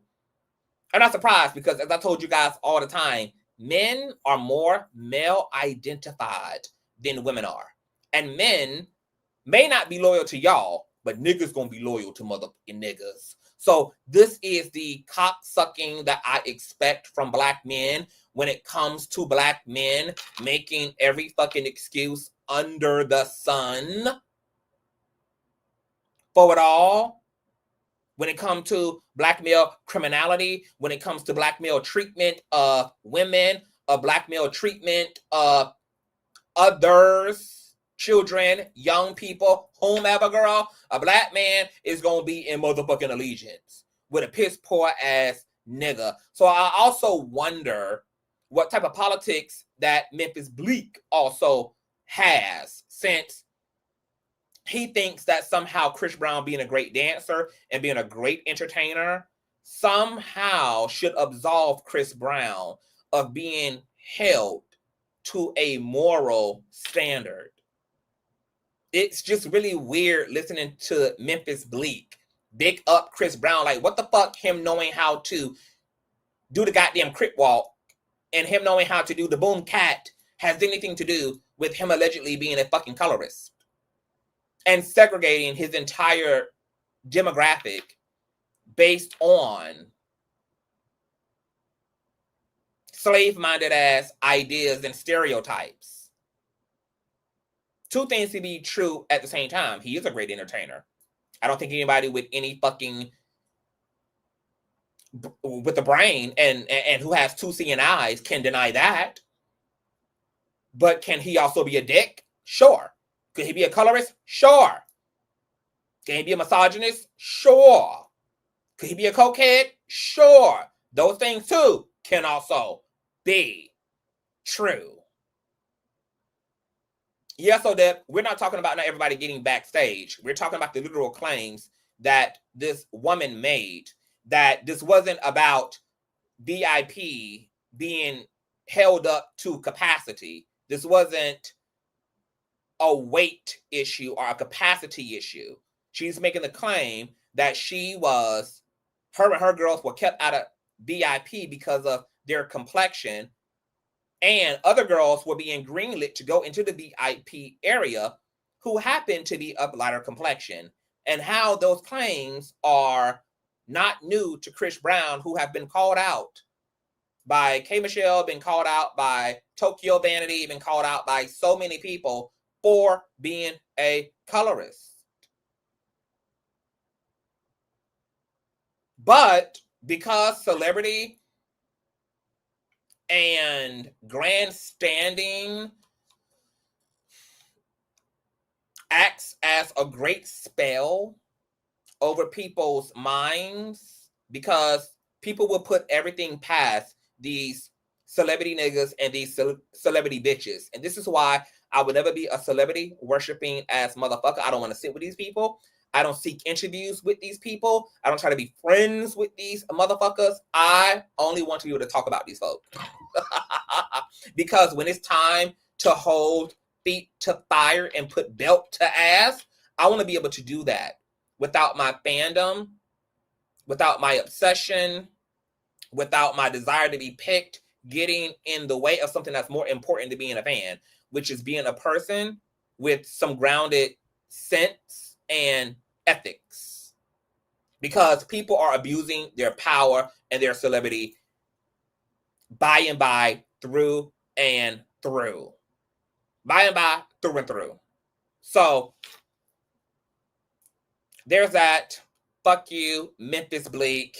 And, may all of the dark-skinned girls wake up from their vanilla coma and stand on business. Okay? Because after Chris Brown is done taking your fucking money for 2.5 hours, your raggedy ass is not going to be allowed in VIP, honey, if you don't have the complexion from the motherfucking colorist protection. A mess. A fucking mess. All right? Moving along. Diddy apparently is speaking from the bowels of federal prison. I guess his prison husband has released him and his anal cavity girl. He's been allowed to finally get to the phone. He has had time to stop twerking on those men's dick. He have had time to stop folding Big Dick's Derek draws on Cell Block 8 girl. And he apparently has found some way to be featured on another artist who I've never heard of a day in my life by the name of Jay Electronicus. Have you all heard of Jay Electronicus? Never heard of this man. Just like I never heard of David. Okay, the one being run down on for being a PDF file and for murdering a 13-year-old girl.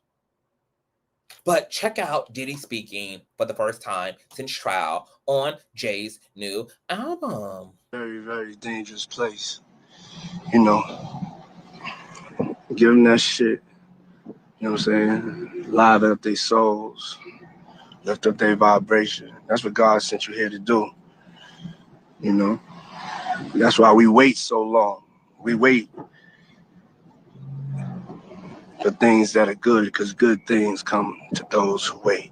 Great things come to those who wait. Yeah, you taught me a lot of patience, motherfucker. Now drop that shit. Conductor!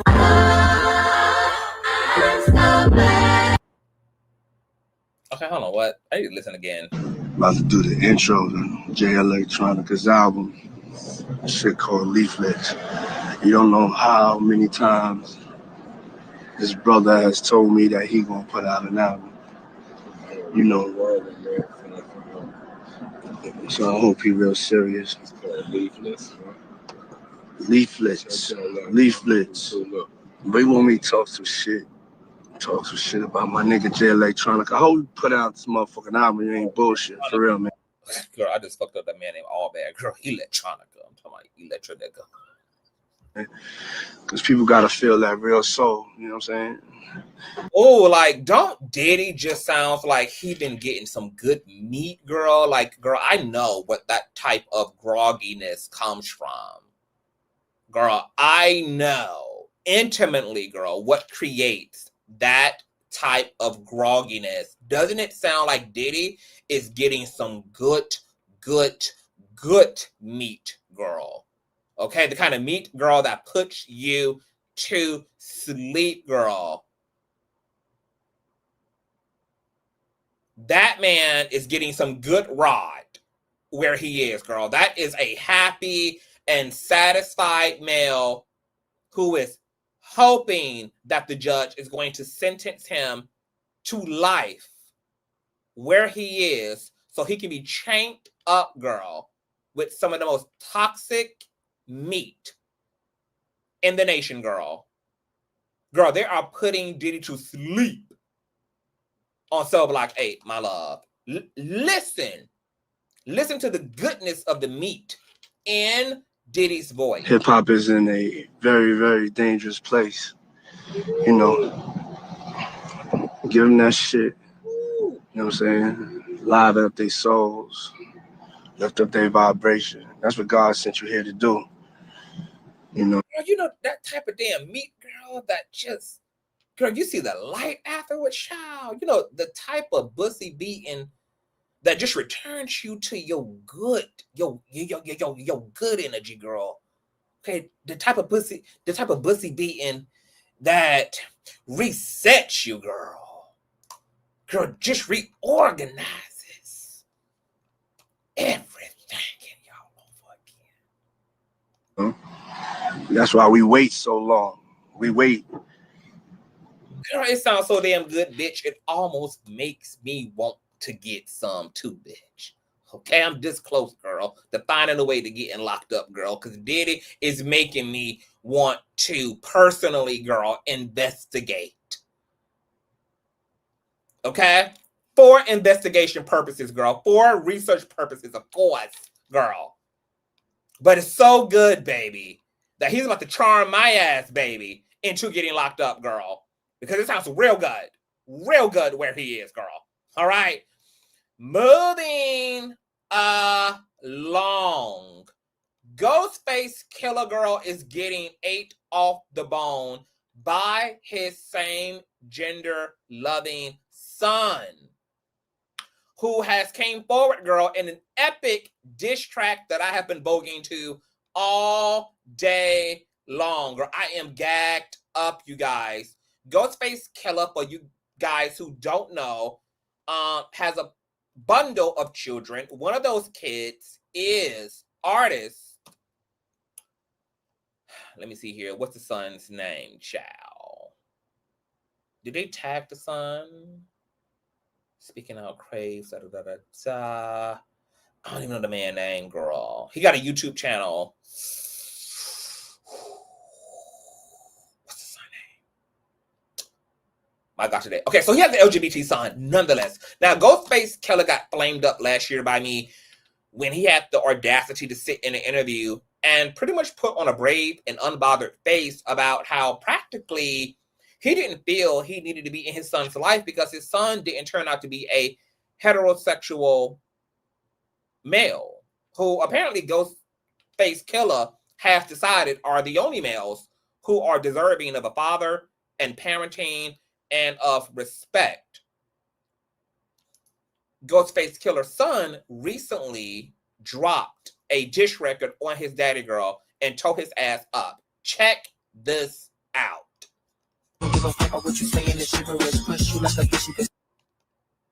Bossy boy, sweet face killer, that's on the beat, bang bang, go gorilla. Got problems, I'm the right bitch to solve them. How your body count up, but your pockets are starving. How you in them that truck, but forget you a father. I be seeing niggas saying, but I don't even bother. Is it me? Am I not your cup of tea? Are my pants not low like your self-esteem? Do I need to fuck a bitch just so you can see? What shot your hand on you, just like Cardi B, now that would eat. But I'm still hungry. You'd be surprised what I do when I'm hungry. Might be a pretty bitch, but I ain't scared to get ugly. Pop you like pussy, I ain't talking about the bubbly, nigga. Yeah, don't get it twisted, I flip the switch. First I'll be that nigga, then the next I'm that nigga's bitch. I don't give a fuck about what you saying, this shiverish push you like a bitch you can.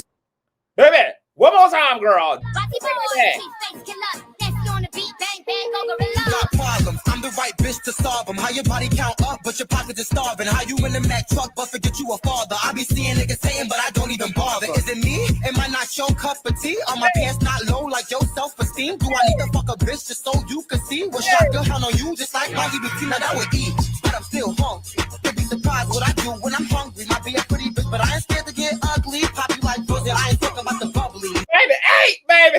Ghostface Killah son 8 down to the ground. Okay, so his name is Woo Bang.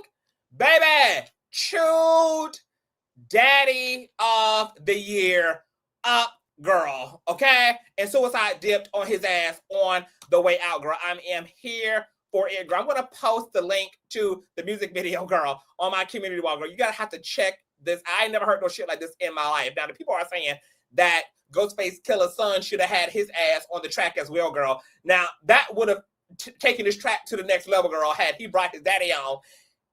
And they both been dragging and reading the shit out of each other on this track, girl. But I am here for it. I am so glad, baby, that Ghostface Killah's son is finding a way, girl, to get paid for his pain. And he is clouting, rightfully so, girl, off of a daddy who should have given him a lot more than just being the son of. Okay, so baby, Ghostface Killah's son is taking what's left. He's riding the choo-choo train, girl, into monetary bill, and I am here for it. Okay, girl, tell your truth, girl. Okay, vote the pain away, baby. Okay, and take your daddy for all that he fucking is, because Ghostface Killah should be ashamed of himself. But because of that homophobia that Kamala said is still prevalent, girl, in all of America, including the black community, just like Lil Bootsy, y'all refuse to cancel. Of course, y'all refuse to cancel Ghostface Killah. Ghostface Killah has not been chewed up. He did not get dragged in comment sections, girl. because large chunks of the American culture are deeply homophobic and uphold this type of ignorant ass ideology as well. And they live through the little bootsies. They live through the Ghost Killahs. Okay, so light and love to rap icon Ghostface Killah's son. Okay, fuck you, Ghost.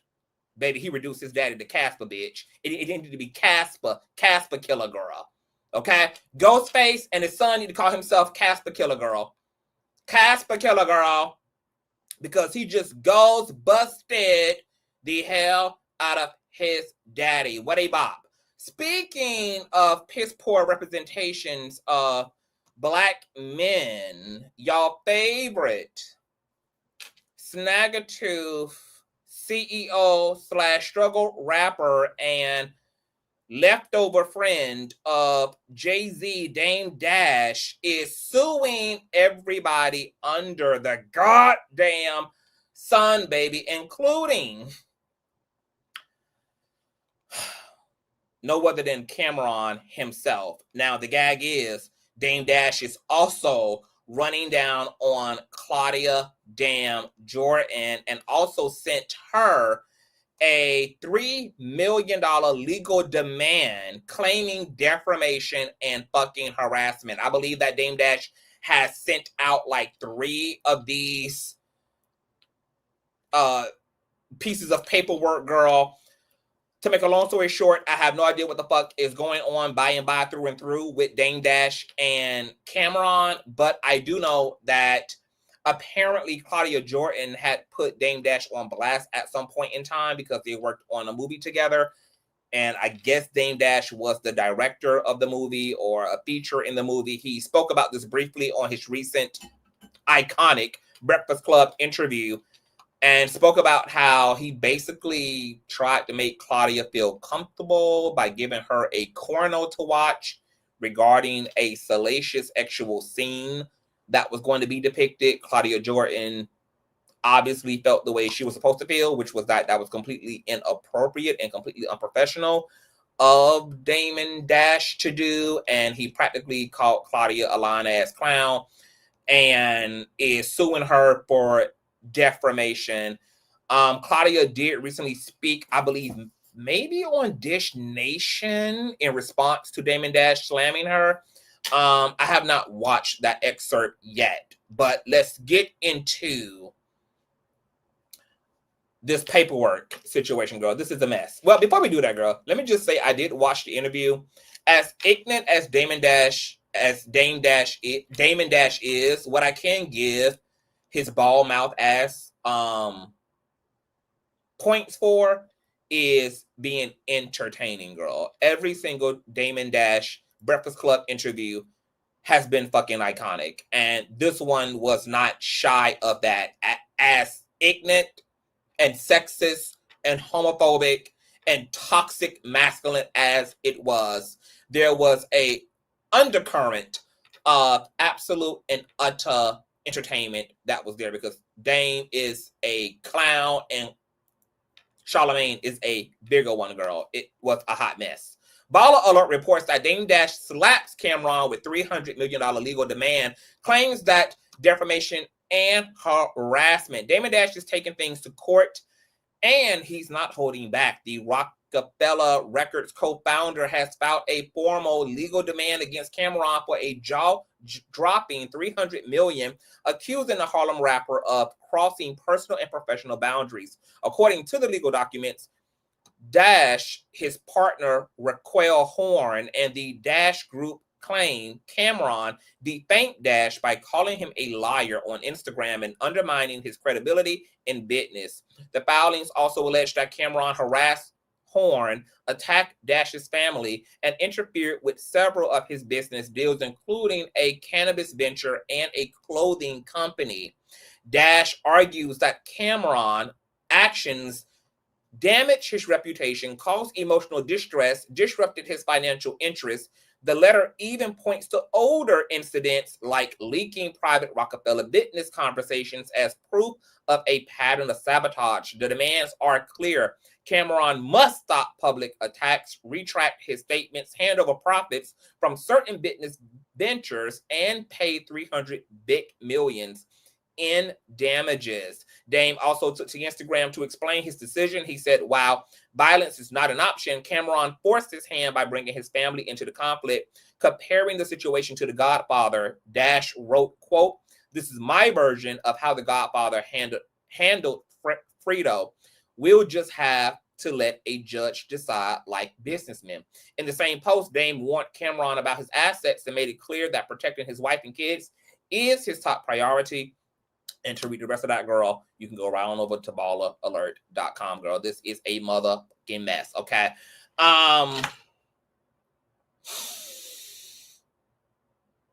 Dame Dash. I don't even know where to begin, you guys. There is so many moving parts around Dame Dash. Literally, I just get confused all over again, girl. The people, as a result of his Breakfast Club interview, have followed up Charlemagne the God by nicknaming Damon Dash Debt Dash, saying that Damon Dash is the CEO of So Debt. Okay. Charlemagne also gagged the out of Damon Dash when Damon Dash brought up Jay-Z as somebody that he knows, and Charlemagne reminded him that Jay-Z is someone he used to know. My God, today, Damon Dash is all up and down his Instagram having a who's got the better view versus battle with DJ Envy, who also is, for whatever reason, playing into this little dick versus battle by presenting his view in comparison to Damon Dash's view. And the fact that Damon Dash believes that this is the way solid, masculine Black men should behave, which is in what's in fact low-level estrogen buffoonery, is an entire fucking gag. It's an entire gag. The fact that Damon Dash thinks that he literally is the proper representation and that he's even masculine when he couldn't even contain his emotionality in the Breakfast Club studio because he got up several different times, ready to walk off, ready to take him and his lesbian white artists, running out of there, girl. Couldn't even contain himself, just like he could not contain those goddamn dentures that popped out of his motherfucking mouth a year ago. Cameron said that, of course, the man tells lies through his teeth because he don't have any. He tells lies through his gums. Damon Dash is a clown. But I'm going to tell you what's scarier than Damon Dash being the delusional ex-best friend of Jay-Z being swallowed up in civil suits and lawsuits of all kinds for hundreds of millions of dollars. Also, being fired, losing fucking deals, being an alleged horrible businessman, being allegedly fucking broke, taking pride in having to file for bankruptcy while still claiming to be entirely wealthy, is that this was the man that Aaliyah chose. Every time Damon Dash opens up that mouth and reveals the several remaining teeth in it, I have to question what in the fuck was going on with Aaliyah. Because, girl, there is no way. There is no way. Like, every time Damon Dash opens up that toothless mouth, I am forced to believe that Aaliyah only entertained Damon Dash because he was a lick. There's no way a woman of healthy mindedness could take Damon Dash seriously. Damon Dash had to be a come up girl. He had to be a stepping stone. I refuse to believe that our Aaliyah was sincerely and genuinely, wholeheartedly impressed and moved and in her love energy, in her feminine energy for a clown like Damon Dash. So I hope to God that he was a lick for her. And my God, today, I just need to, you know what? Nope, I'm not even going there, girl. Moving along. Rest in peace to baby girl. Rest in peace to Aaliyah girl. Because Damon Dash would have ruined her reputation hands down, girl. Like, Aaliyah has to be rolling over in her grave at who her man has been reduced to, girl. I mean, the sheer embarrassment of it all. And the fact that Damon Dash had the unmitigated gall to compare his failed, non-existent, lesbian, white, female, new artist under his imaginary label to Aaliyah. Girl, Aaliyah, it only took Jesus 3 days to rebuild his body, girl. I'm going to need you to do it in a shorter time, girl, so that you can come and take Dame Dash with you, girl, because he has lost it, girl. He's out here calling a white female lesbian rapper the equivalent, girl, saying that, girl, she's in your likeness, that she reminds him. This bitch didn't even have lips, yet alone an Aaliyah level talent. I don't understand, girl. Like, can Aaliyah's family put out a cease and goddamn desist, girl? Can they not put a gag order on this man, girl? Muffle his ass once and for all, girl. Leave Aaliyah out of this, Damon. Okay, you and Charlamagne and DJ Envy can carry on, girl, and y'all coochie wars all y'all want to with y'all low-level estrogen, girl, but leave the Aaliyah out of this shit. But speaking of being left out, girl, apparently, girl, the people at the goddamn mental asylum forgot to leave Kanye West ass in his padded room, girl. Because instead of his ass being there, he apparently was terrorizing Kim Kardashian and her mother, Kris Jenner, who's on her third facelift in Kanye West's new documentary, In Whose Name, girl. A shocking excerpt has been taken from the documentary showing a very distressed and very slim pre-Ozempic Kanye. Okay, going the fuck off. Check out this clip, which is captioned, during the premiere of Kanye West's In Whose Name, he was seen having a few heated discussions with both Kris Jenner and comedian Michael Che from Saturday Night Live. During this exchange with Kris, he discussed his stance on medication and the effects on his mental health. In his exchange with Che, he shared his issues with Kanye's subliminal remarks about him doing SNL following his 2018 performance on the show. The documentary that's currently in theaters explores the topic of mental health, girl. Check this shit out. I would rather be dead, not in jail, because I'd rather be dead than to be on medication. No one from the family has taken any responsibility for my hospital visit, but if we want to go online, that's 50% of what people say at least. Or maybe, am I lying? It doesn't matter. Am I lying? It do matter! It does matter! It does matter! What are you doing? You just said, I have to finish the sentence. It does matter! It matters to us and you. It doesn't matter what the internet says. It matters what we think, yay. So what do you think? Did you have an effect on my mental health? Yes. Yes. I'm saying yes. And I love you. I love you. I don't want you to be not perfect. I love you. And I want my daughter to love you the way you want her to love you. Family, and you're gonna sell us out with that. Okay, girl. I know Kris Jenner is having a total fit, girl. A total fit. Because this documentary is showing her first face, girl. Okay, the one that was sliding off the bone like melted barbecue chicken, girl.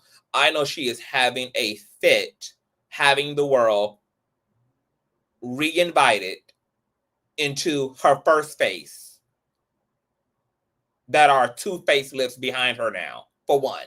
I also clocked how Kris Jenner did not even flinch at Kanye Weezy going the fuck off, because when you're that white and you're that hot, okay, when you're white and hot, shout out to C.S. Madison, girl. When you're that white and rich, bitch, they ain't a nigga in the country that can scare you, girl. That is top tier white wealth there, girl. That bitch didn't even blink when Kanye West was throwing his low-level estrogen tantrum, girl. That is sheer fucking power. And then to have stood there, girl, and did the mannequin challenge while Kanye West was losing his motherfucking mind and had the nerve to be looking like Bruce Jenner at the same time, girl. Shout out to Kris, all right? Now, this is the comedian, girl, who is in his feelings too, girl. Let's check out the second slide. Oh, man, we look up to you. We love you. Why? What you got against us? I mean, I do have some things against SNL. That's cool, but I mean, airing it out like that without letting us be able to reply is kind of foul. You wait till the last song, and then say that foul. Us, and we brought you in here for. Let's talk about the way. But I'm not cool though. I get it. That's foul. Oh, girl, look at this black man here, girl. Oh, look at Poindexter in the background, girl. You know, one thing I love about a black man with a receding gum line is that for whatever reason, God makes these type of black men so virtuous. Like every black man that I know who have really big teeth and a receding gum line, just ironically also happen to be filled with the love of Christ. Okay? They're always real smart. They always have frizzy eyesight and require glasses, but they also are just so neighborly and so peaceful and so non-violent. And I love that for them. But every fucking black man that I know with a receding gum line, girl, is so kind and so nice. So nice and so kind, girl. Look at this man putting his teeth on the line, girl, to get up in the middle of the shit between this comedian and Kanye West. Yo, you're a hero to us, man. We love you. Like, seriously, we love you, man. That's Oh, that's Consequence. This is Consequence here? Oh my God, look at him. He's so pure of heart. Look at him. If he's acting like a gangster, he's cosplaying, girl. He ain't really about that life, girl. This is the real Consequence. That's wrong to do to us, man. We can start off. Yeah, let's just reconvene this thing. Yeah, all right. Can you not do that? Please, can you not record that? It would be helpful for us. Thank you. Well, girl, look at the privilege of these white women, girl. They can just walk through your conversation, bitch. They don't care. That is 2 niggas who are ready to peel each other's eyeballs off because they high off of that goddamn bath salt. Girl, white women just gonna walk right on past, baby. Girl, white women just know America is theirs, girl. The way that white women just be walking around, girl, amidst all the chaos in their yoga pants, girl, just drinking fucking coffee and skipping down the street, bitch. Like, this is the level of qualified immunity I want in society as well, girl. Did y'all not see that blonde hair, blue-eyed, perky white woman, girl, just moving through these niggas' conversations, girl, as if it's just another day in the fucking neighborhood, girl, because white men just know nobody's gonna touch them, bitch. They just know, bitch, that y'all can be with all the nigga y'all want to, girl, but when I get to pacing my ass up through this motherfucker, girl, and it's gonna be quiet, ain't no back talk, baby. Okay, for the time that I need to be regulated, girl, everything is gonna come unto silence, girl. White woman power is absolutely astonishing. And then Kanye West is so goddamn white female identified, girl, that all it took was him getting a whiff of this white woman's pass by air. And all of a sudden, girl, that acts as a sedative, baby. Okay, now he up against the wall, head down, jaws have descended in his Make America Great Again hat, girl. Okay, it's literally quiet. There ain't no back talk.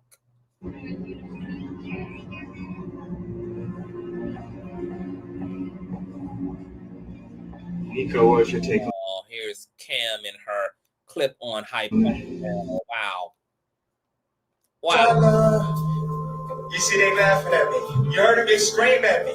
They bully me. They bullied me backstage. They said, don't go out there with that hat on. They bullied me backstage. They bullied me. And then they say, I'm in a sunken place. You want to see the sunken place? Okay. I'm going to listen to y'all now. I'm going to put my Superman cape on. Because this means you can't tell me what to do.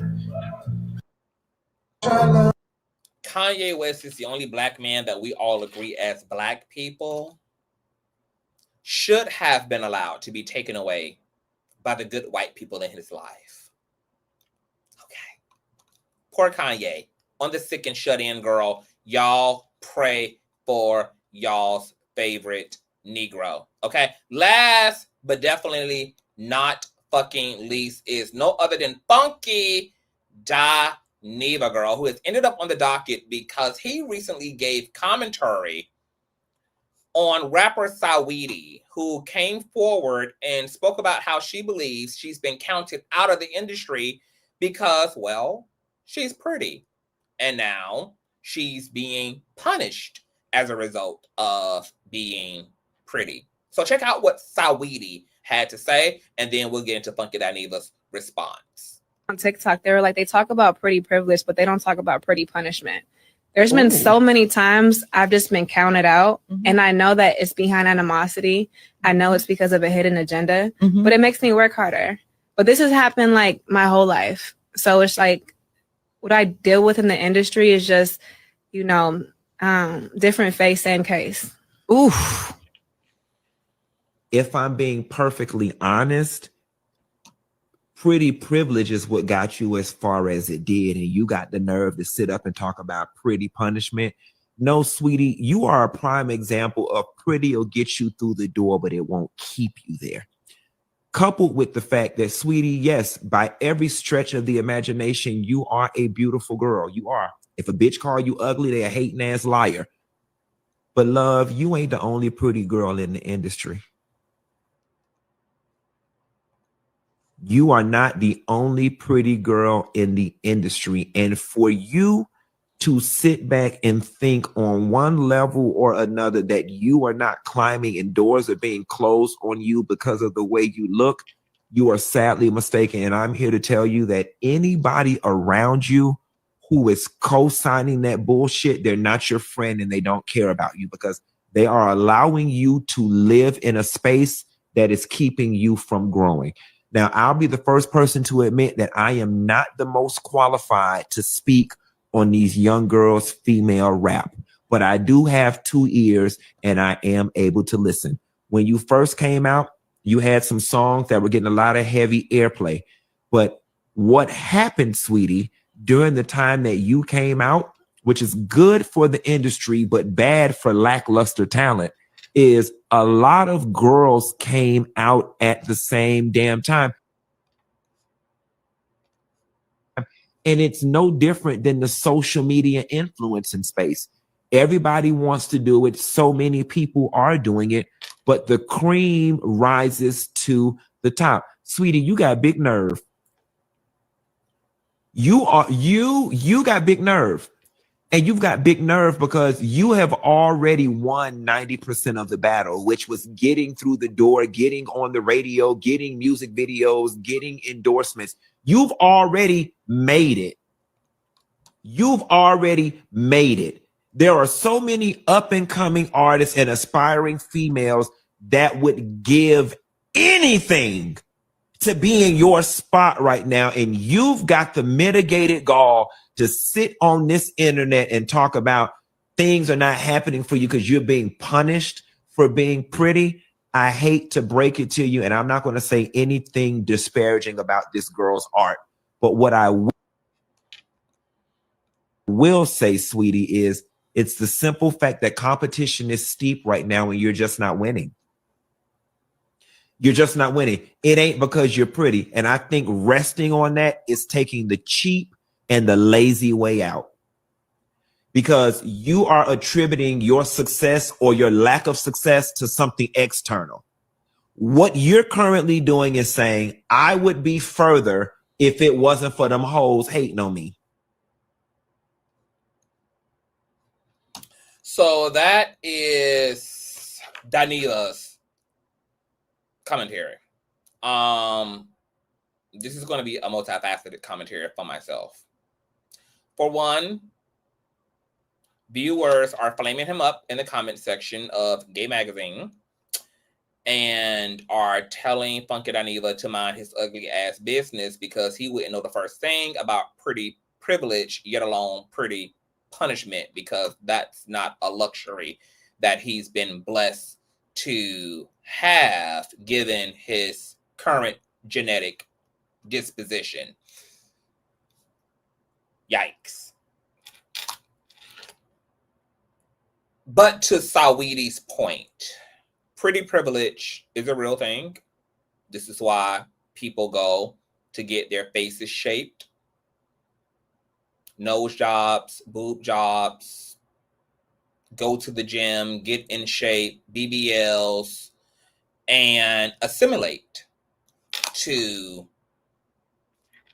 whatever the present day beauty standards are, because there is equity. That equity is tangible and it is absolutely real. Strippers would tell you how their boob jobs and their ass jobs quadrupled, tripled, and doubled their profits. OF models will tell you how body modifications quadrupled their profit margin.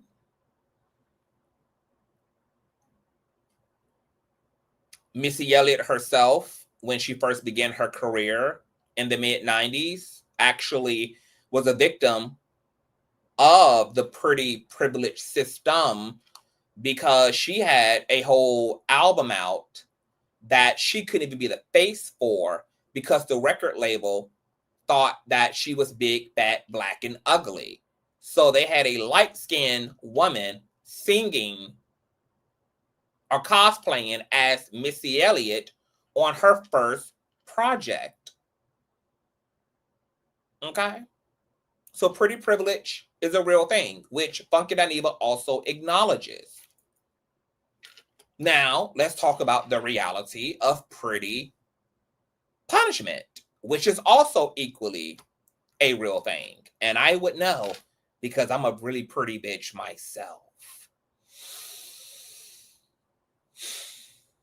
When I listen to Saweetie talk about pretty punishment, practically,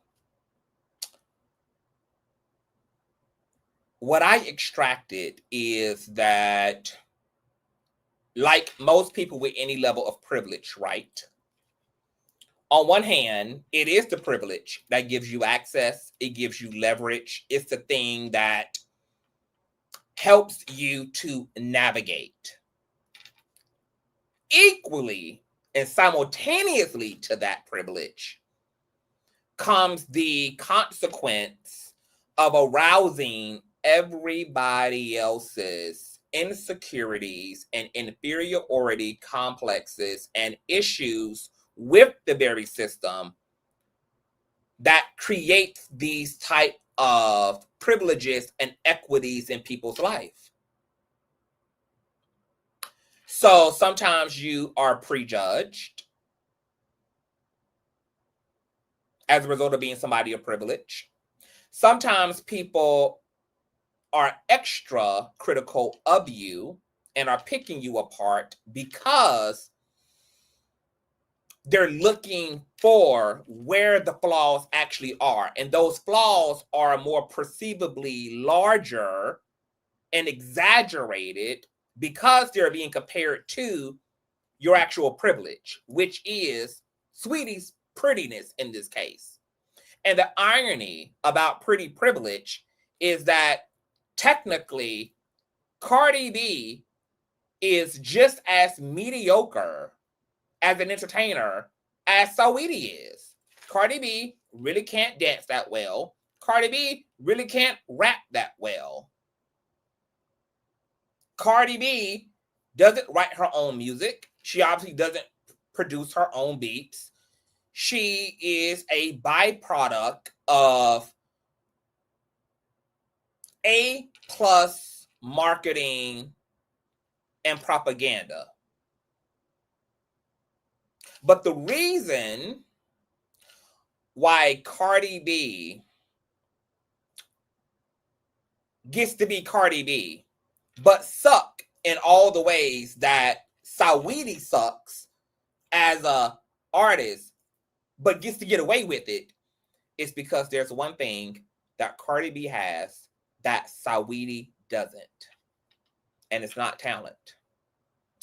It is that good old thing called the it factor.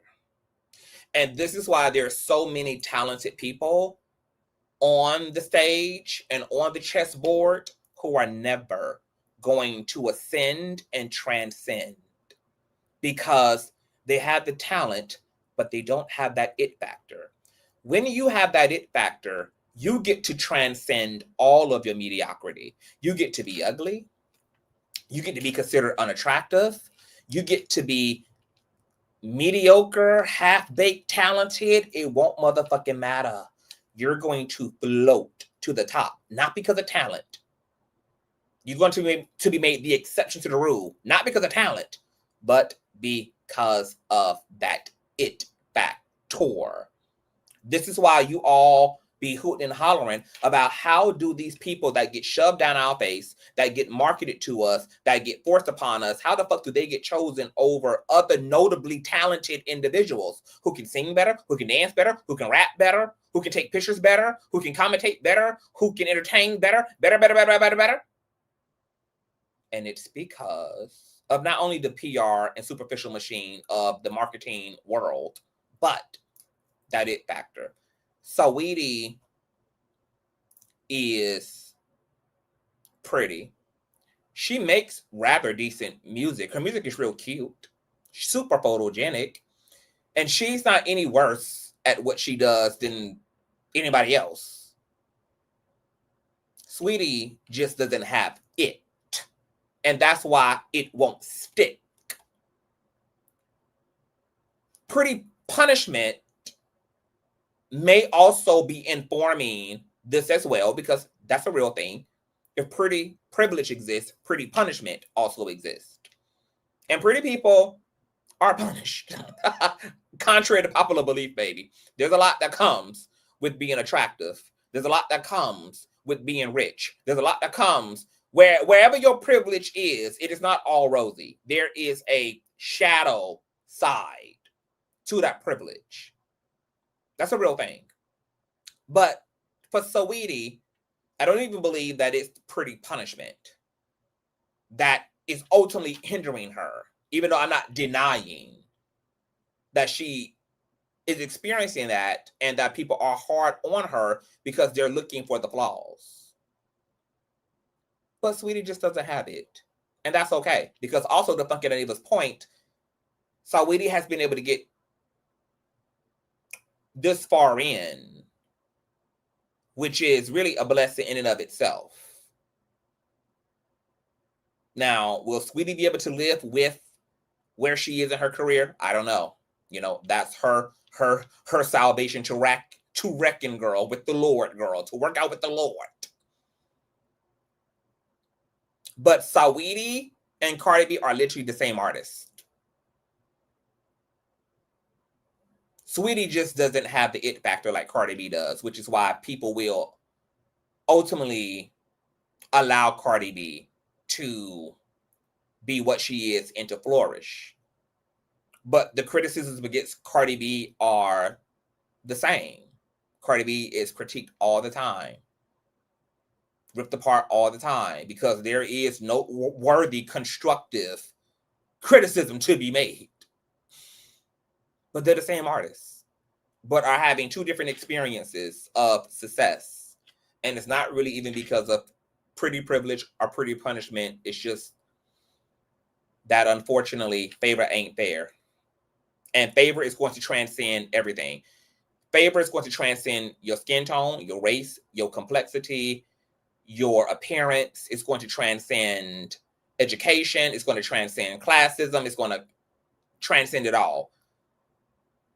That favor, that thing called favor, that thing that we call the it thing, that thing is going to, that's the ultimate draw for, the ultimate wild card. It's going to break all the glass ceilings. All the glass ceilings. So you have equally untalented people at the top, not because they're more talented than people at the bottom, but simply because they either have a stronger marketing PR machine behind them that can help make them look like something they in fact are not, and or that good old thing called the it factor.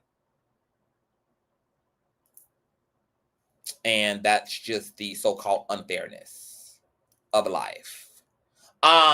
Is Funky Dineva qualified to critique the conversations around pretty privilege?